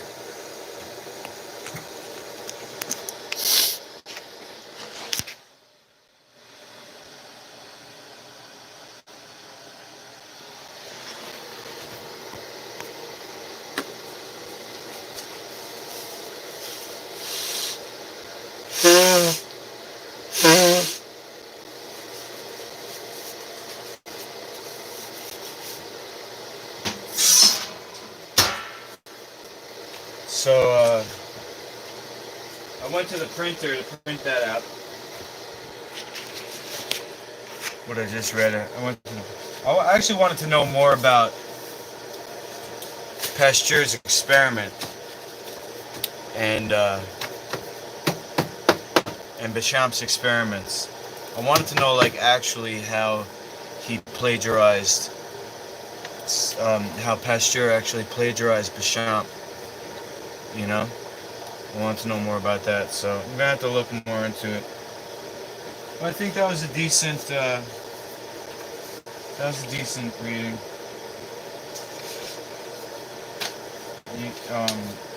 You could learn about how Rockefeller created the American Medical Association to sell the original pharmaceutical drugs, which were distilled from oil. That's where the pharmaceutical industry comes from, is distillation of oil. All the synthetic drugs come from oil. So he created the American Medical Association, and the only treatments that they allow is the synthetics. American Medical Association it has no natural treatments. It's only synthetic treatments, and he used his money. Rockefeller used his money to outlaw natural treatments, and they've gone so far to now have in public school outlawed vaccine exemption. So my kids were born in 2007 and 2009. Zachy and Mackie. 2007, Zachy was born. 2009, 16 months later, Mackie was born. And they were not vaccinated. They weren't circumcised either. My religion is native.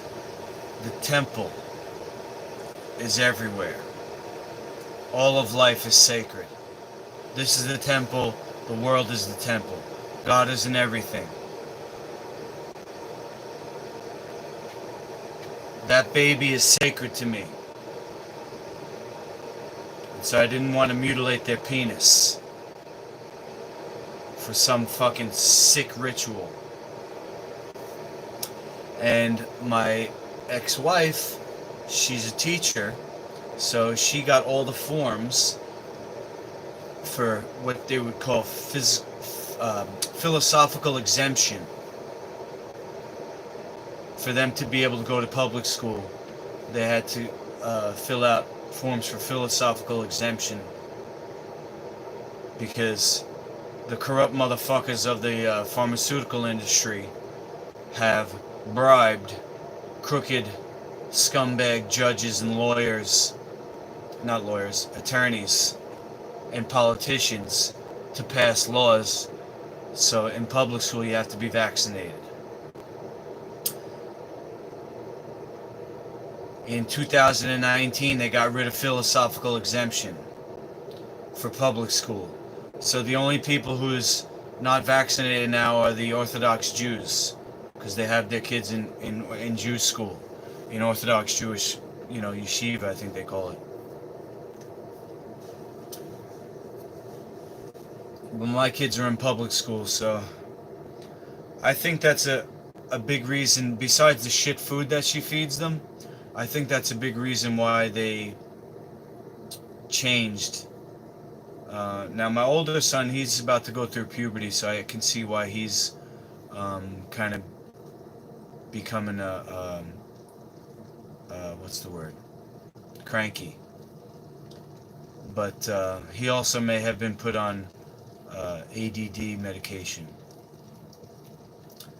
But he was the happiest baby, and he's not anymore. He's not the happiest baby anymore.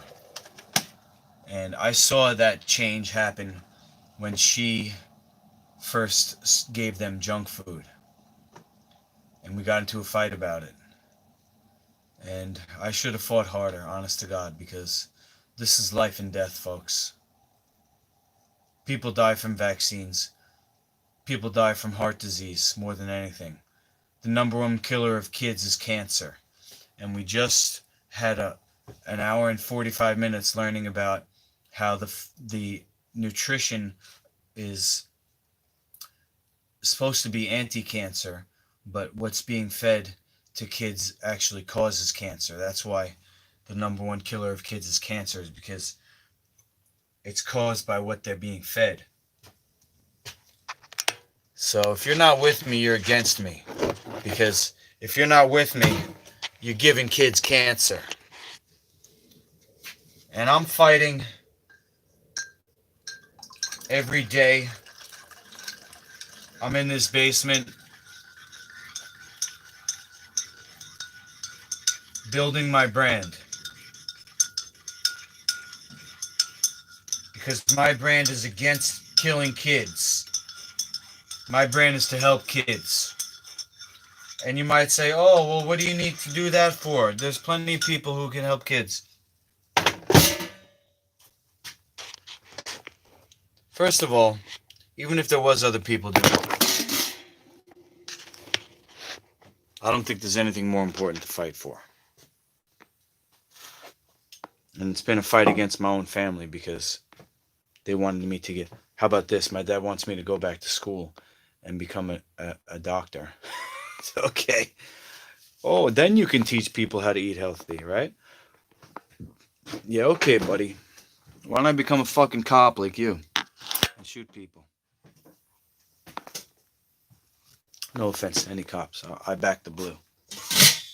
You know? Unfortunately, they're going to be the first ones fucking vaccinated after the military and the healthcare workers. Oh, where was I going with all that? Even if there was other people doing it,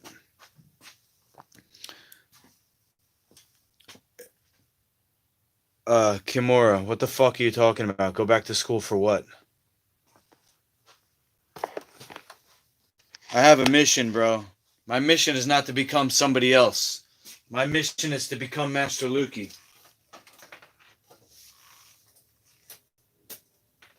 You haven't lived long enough to tell me what to do, bro.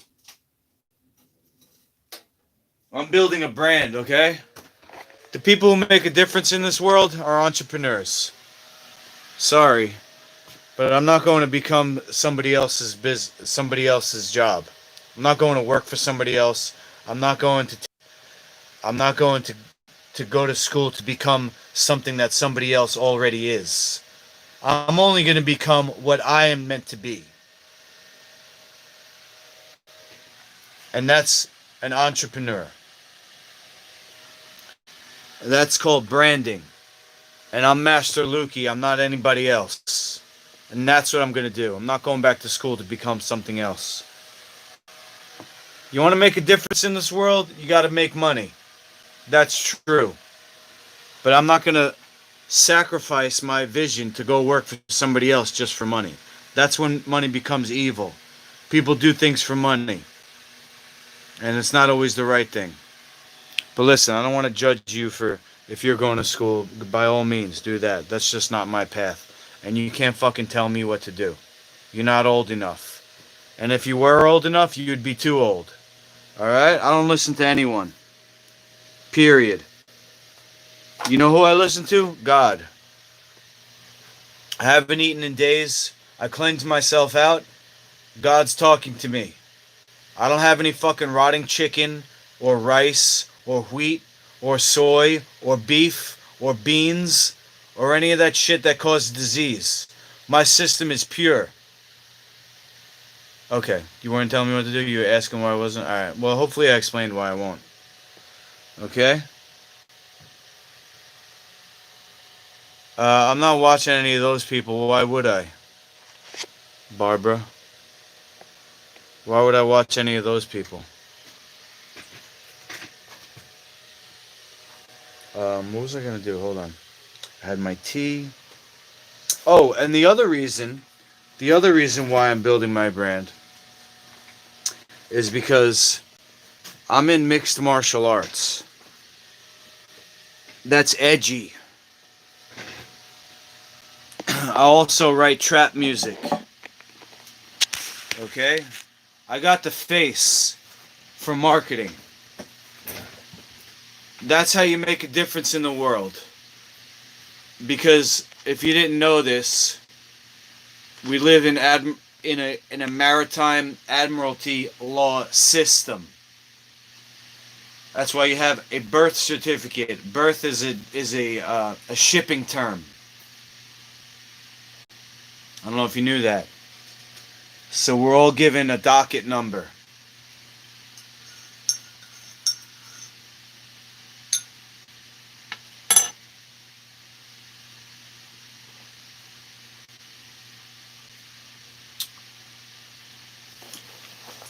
We're all given a number. Oh, germ theory explained. Yeah, that's what I said for the past 2 hours, Barbara. You probably just signed on, but I read a whole 15 pages on it. So Pasteur is kind of like Robert Gallo, who Pasteur laid the blueprint out how to invent a disease. He wasn't a scientist, he was a chemist and an advertiser. So he went to the public instead of having his findings, which apparently were plagiarized from the Champ. Instead of having his findings reviewed, he went to the public and got them commercialized. And it set the ball in motion. So Robert Gallo did that with AIDS, and they've done that with COVID, creating something that doesn't exist. It's like yesterday, one of my students came in. Oh, we could get up to 19 inches. She says, oh, we could get up to 19 inches. You know why? Because the yeah, Charlie, I'm still there. The news reports, you know, they sensationalize. Oh, you could get up to 19 inches. That's the idea of show business, is to sensationalize to get views.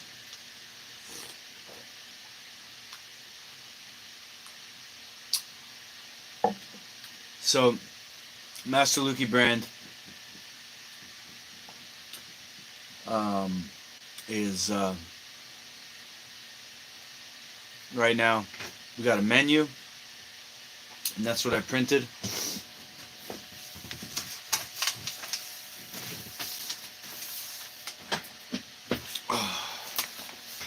So this is a menu that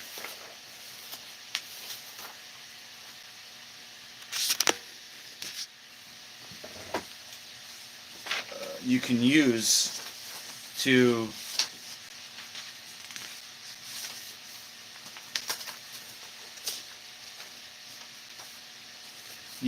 to flush your liver. With this menu, you can make everything you need. And I'm the proof, because I've been living on my own recipes for the past few years when I decided to dedicate myself. Kimura, if you're still there, you learned something from martial arts. It's called dedication and focus. You have one thing in mind that you focus on, and you don't fucking get distracted.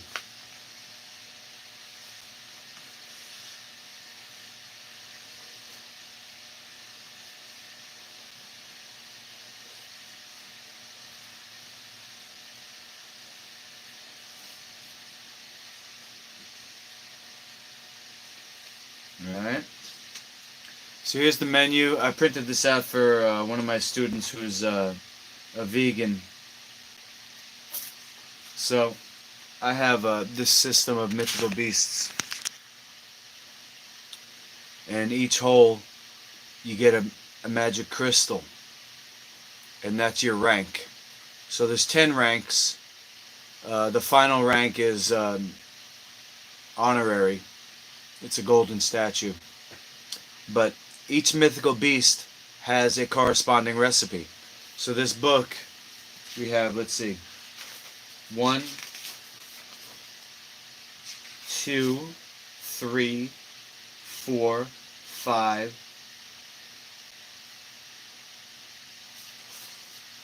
6, 7, 8, 9, 10, 11, 12, 13, 14. 14 recipes in this book here. It's available for free on my website if you want to print it out yourself.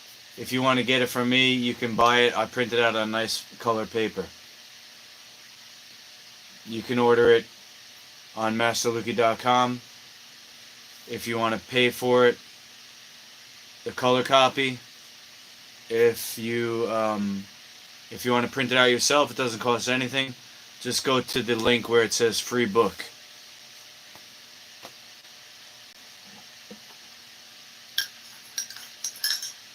So you could basically make all your meals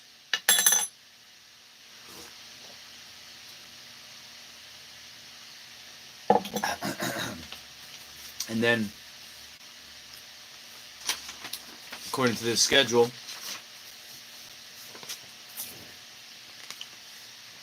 you have Monday to Friday. It's just an example. Monday to Friday, Master Lukey menu. Saturday at 2 p.m., drink olive oil and lemon juice with the optional enema, and then a brooming meal to push out the stones or whatever comes out of your liver. And this is the same program that I would put somebody who has cancer on, heart disease, autism, diabetes. So the major ones. Arthritis, lupus, depression, MS,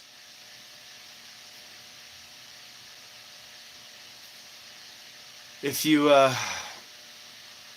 go back and learn about the idea of germ theory and terrain theory, what we learned is that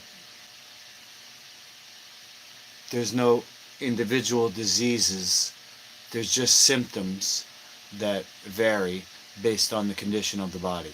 So no matter what you have, you can heal it with the same program. Now the only thing that might change would be the food that you eat, because for me, I had a brain injury, so I went with a high-fat diet. I ate a shitload of pumpkin seeds, and I still do. If you don't have a brain injury, maybe you don't need so much protein. Not protein, fat. You know? Some people don't like too much sugar. I love it. I love honey. So my menu, a lot of honey. We could switch it up. And anybody who's interested, if you have a recipe that you like, you're like, oh, I want to do it, but I love fucking, I don't know, pizza. I make pizza. I can teach you how to make pizza. Healthy pizza, right? You like chocolate. I'll teach you how to make healthy chocolate. Whatever it is. Anything that you like, we can translate that, and I can help you translate any recipe into a Life Food certified recipe. Okay? So, let's see. I think I'll probably end the stream there. Now, there is one thing I wanted to talk about, which is a conjunction in the sky that's happening later today, which has to do with Jupiter and Saturn.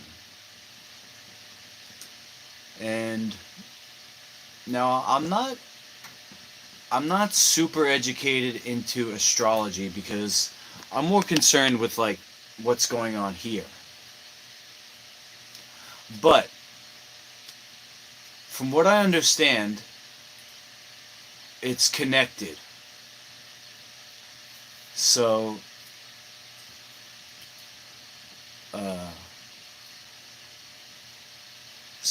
the conjunction of Jupiter and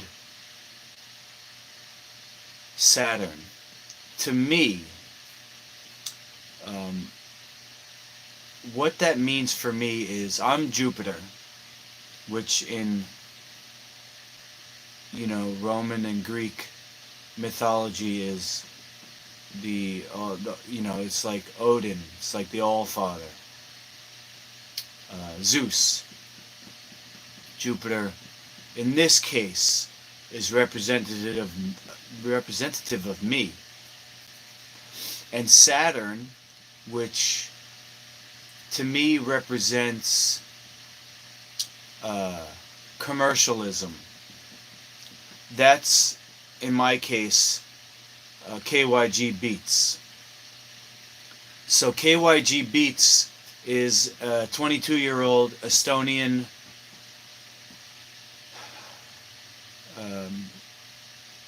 artist who makes music, and I hired him to take my GarageBand file and make it a professional song, which I'm going to then take to the studio of one of my students who I train for free in exchange for studio time.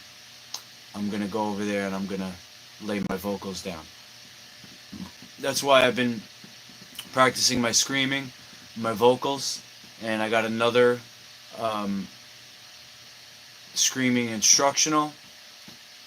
It's something that he's sending me. There's 4 parts to it, and he's sending me one every 48 hours. So I got the first one down. The only thing that he taught me is a warm-up so far, where I go from my lowest note to my highest note with the so I go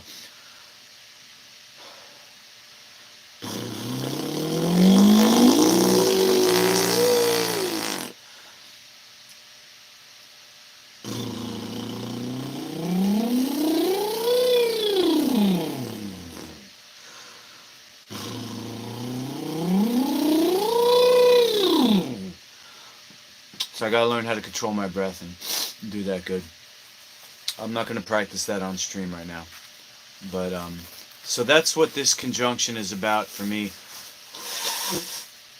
Like I said, I'm not super educated on the whole astrology thing. I'm not initiated into any mystery schools. So as far as what I know, Saturn is the black cube that's worshipped in Mecca, and it has to do with the Lord of this world being evil. So you have like God, the benevolent God, which is creation. But the opposite side of creation is that once you become part of this world, you actually are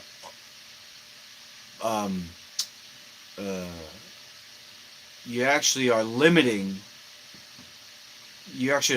yourself. So you have the benevolent God, which is the creative force, and that's unlimited, and that's unconditional. Unconditional, like people say, unconditional love. You could be anything, but once you commit to something, once you come into this world, now you're in this cube, which some people say is evil, which some people say you dying since the day you're born, but I don't think necessarily that's true.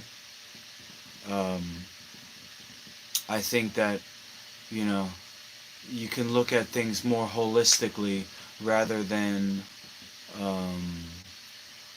saying dying since the day you're born. You could say that everything has a life cycle, and that's a beautiful thing, that you have opportunity. Even once we get to this world, you have opportunity to make an improvement, as an expression of God the Creator. Not that, Master Luki invented this and everything comes out of me. It's coming through me. And that's why when I do fasting, and why people do fasting in religious practice, it brings more God out of you. It allows more God to come out of you, because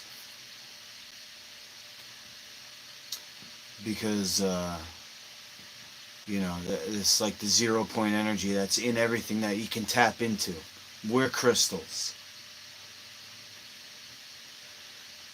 Jacob, what's up? You say death is a program? Okay. Well, I get what you're saying. You know, expression. Call it expression. Expression of life. How about that?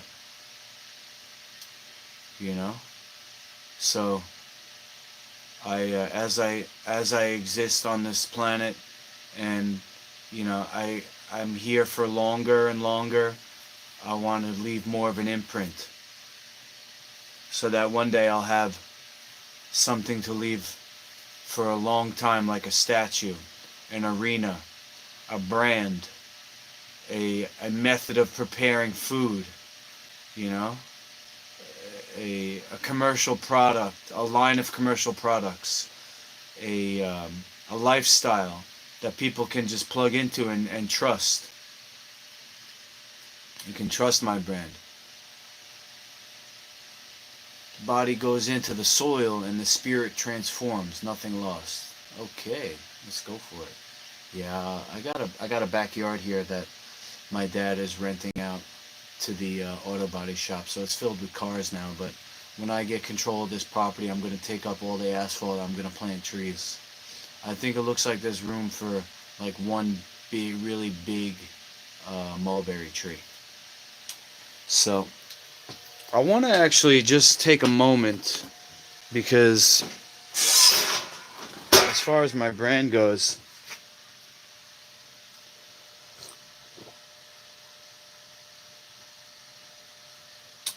oh, so real quick about the conjunction of Jupiter and Saturn. So I'm Jupiter, KYG Beats is Saturn, and I sent him the money because I had to hire him,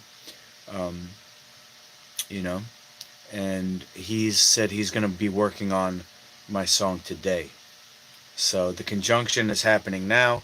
We're not going to see it till it gets dark, but maybe that's when, I don't know that he'll be able to finish in one day, but he might be a fast worker. I don't know. It took me a really long time to put this track together, but yeah. So that's what it means to me.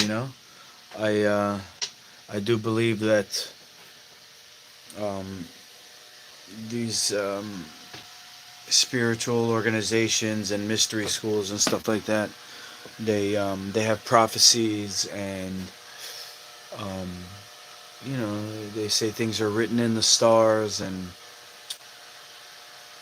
I've seen astrologers. I saw an astrologer to Bill Clinton. I met Bill Clinton's astrologer, and he told me that the soul, which we are, it chooses its life path. I think it's a Kabbalistic, from the Kabbalah. They teach that your soul is like a comet from far away, and it chooses this life. So, I want to be that brand.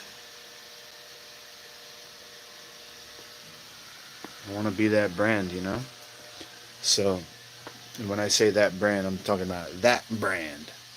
The one that goes over religions. Because the religions, they screwed themselves by competing with each other. And once you do that, you put yourself on the same level. Now there's room on top. Now if you look at the pyramid, there's only room for one at the top. So that's where I want to go. The religions, they're competing with each other. They can only be under the top. But I just got a notification that I might be getting something in the mail from my brand. So while you're here, I'll see that.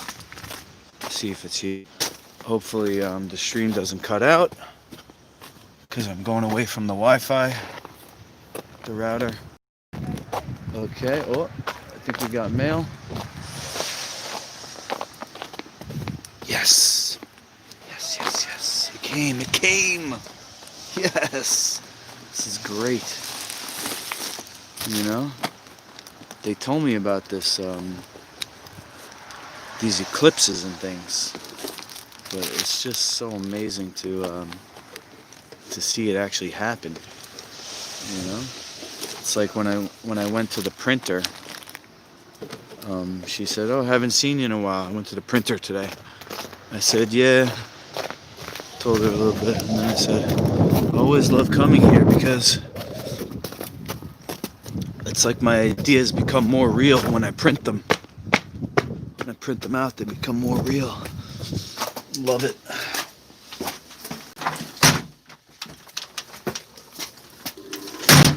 Okay. So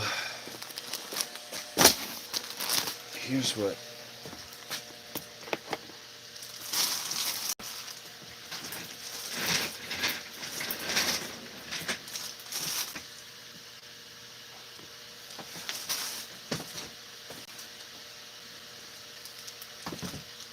Okay.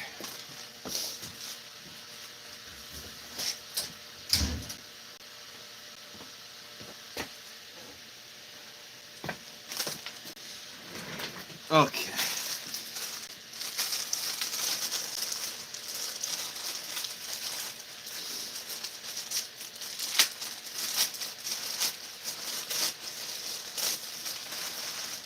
So my first martial arts inspired apparel was called the MMA Mafia. And a student of mine, when I was at my old gym, he had money. He said, "I want to do a t-shirt company," so I gave him my design. And nothing ever came of it because he really wasn't... you know what it is? I think he had his own money already, so he didn't really care if the company was successful. Anyway, MMA Mafia. I wanted to make eco-friendly MMA shorts with my design having the thick boxing waistband or Thai boxing waistband, and then the board shorts, the long board shorts on the bottom. So, and then I wanted that to be pinstripe. So that was my idea for the shorts. Eco-friendly, made out of hemp, a thick waistband, and board short bottoms. They have the diamond, what's called the diamond pattern, or a gusseted crotch, so you could lift your leg up real high, and then a small slit here on the side. Really would have been a gorgeous... I mean, I could still do it. Anyway, so I went with the pinstripe on this, and this is... it's not for martial arts, it's more like a casual apparel. So what I'm going to do is put my name on the back, Master Lukey, and on the front, I'll show you what I'm going to do. Ooh, I like this fabric.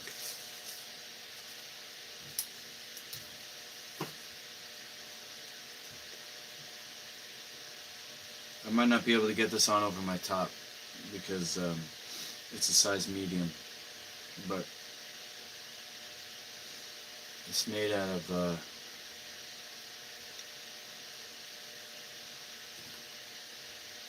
it's kind of like a mesh. It's not see-through, but it's like you know, like basketball shorts type of material.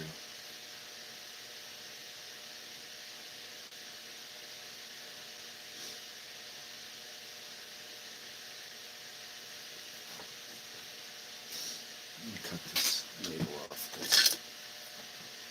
It took forever to get here. I ain't sending it back.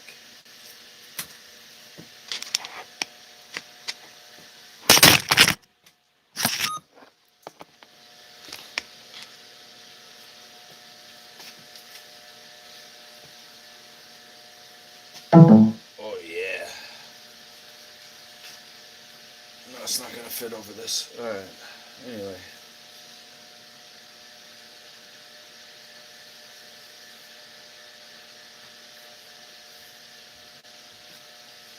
So on the back it's gonna say Master Lukey.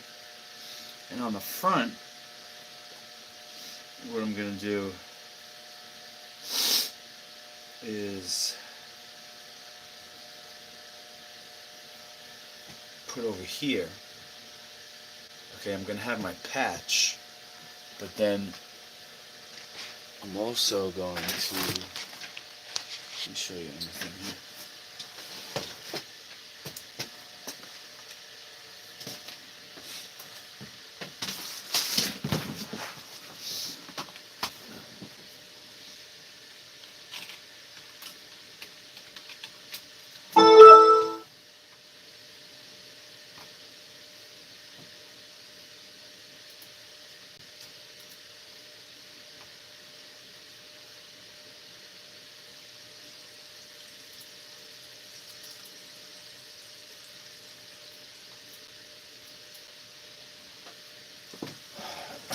You see that?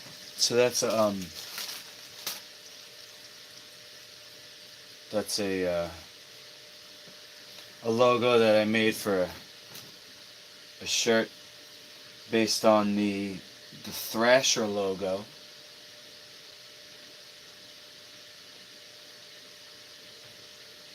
Thrasher skateboarding magazine, I think it was. So I'm gonna put that on the left chest, I think, like over here. And then I got my patch to put right under there. So instead of embroidering it, which is more expensive, I think that would be fine. So that's that. That's branding for you. What's gonna come of that? Well, it's like R&D, research and development. See, my whole thing is teamwork. Even in martial arts, where we're fighting against each other, if it's done in my system, it's like two dragons. They're flying in the same direction, rather than what's being done now is two bulls crashing into each other and one falls off. In my system, you have two dragons flying in the same direction. Now they're going around each other. They are fighting in a spiral, but they're going in the same direction. So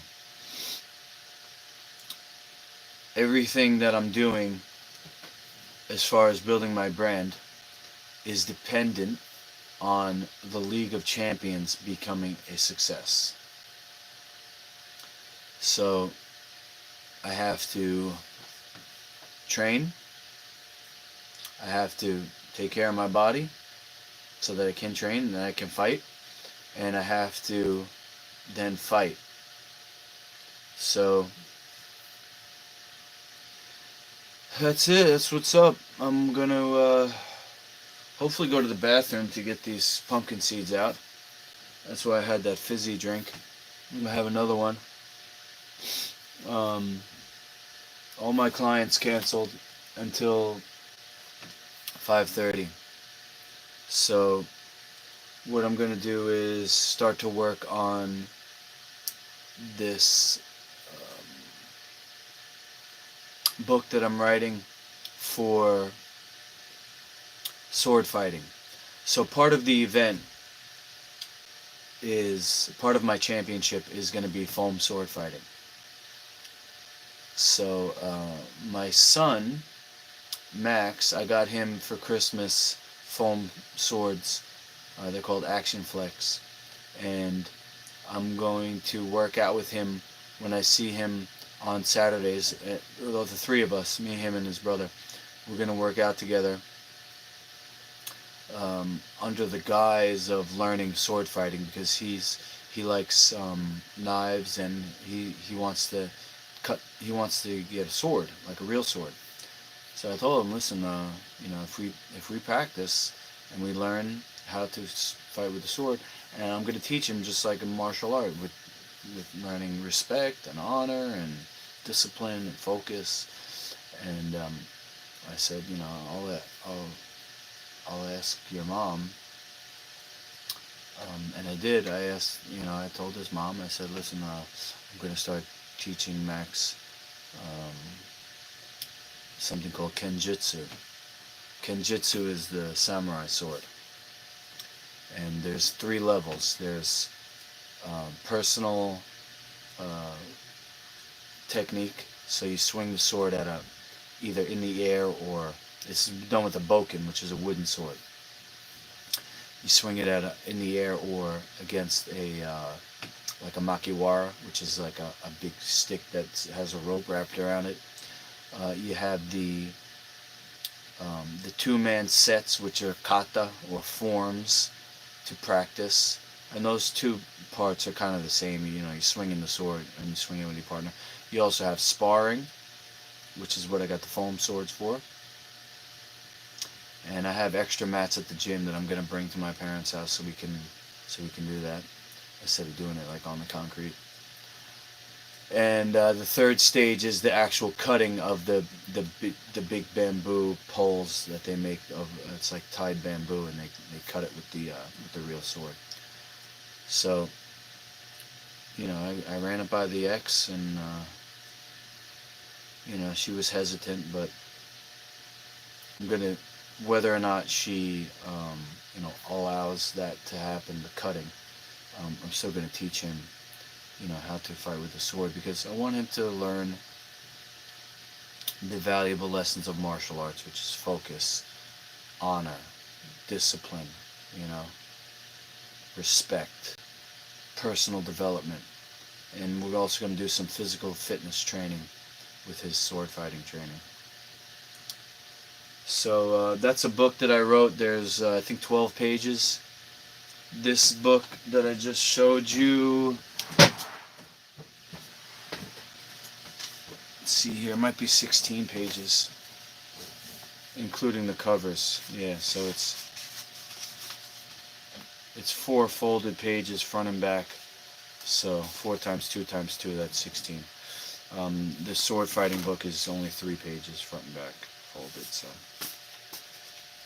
So that's what I'm gonna do. I'll probably end the stream now. I'll have some more tea. I'm gonna try and see if I can catch a glimpse of that conjunction later. You're supposed to be able to see it around here right after sunset, but I don't have a telescope, and my friend who does have a telescope, she said that my binoculars aren't strong enough, so I might just go out and try to absorb some energy. Or, I mean, like I said, I think it's you want to learn Kenjutsu? Okay, we could do that.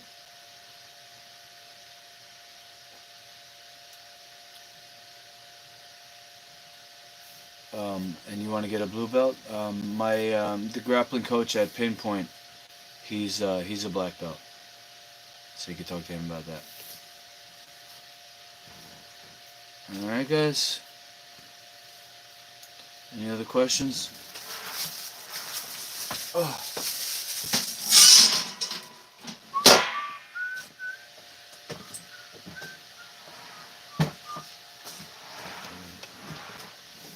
Alright, and you think of anything, you just hit me up on my website, mysaluki.com.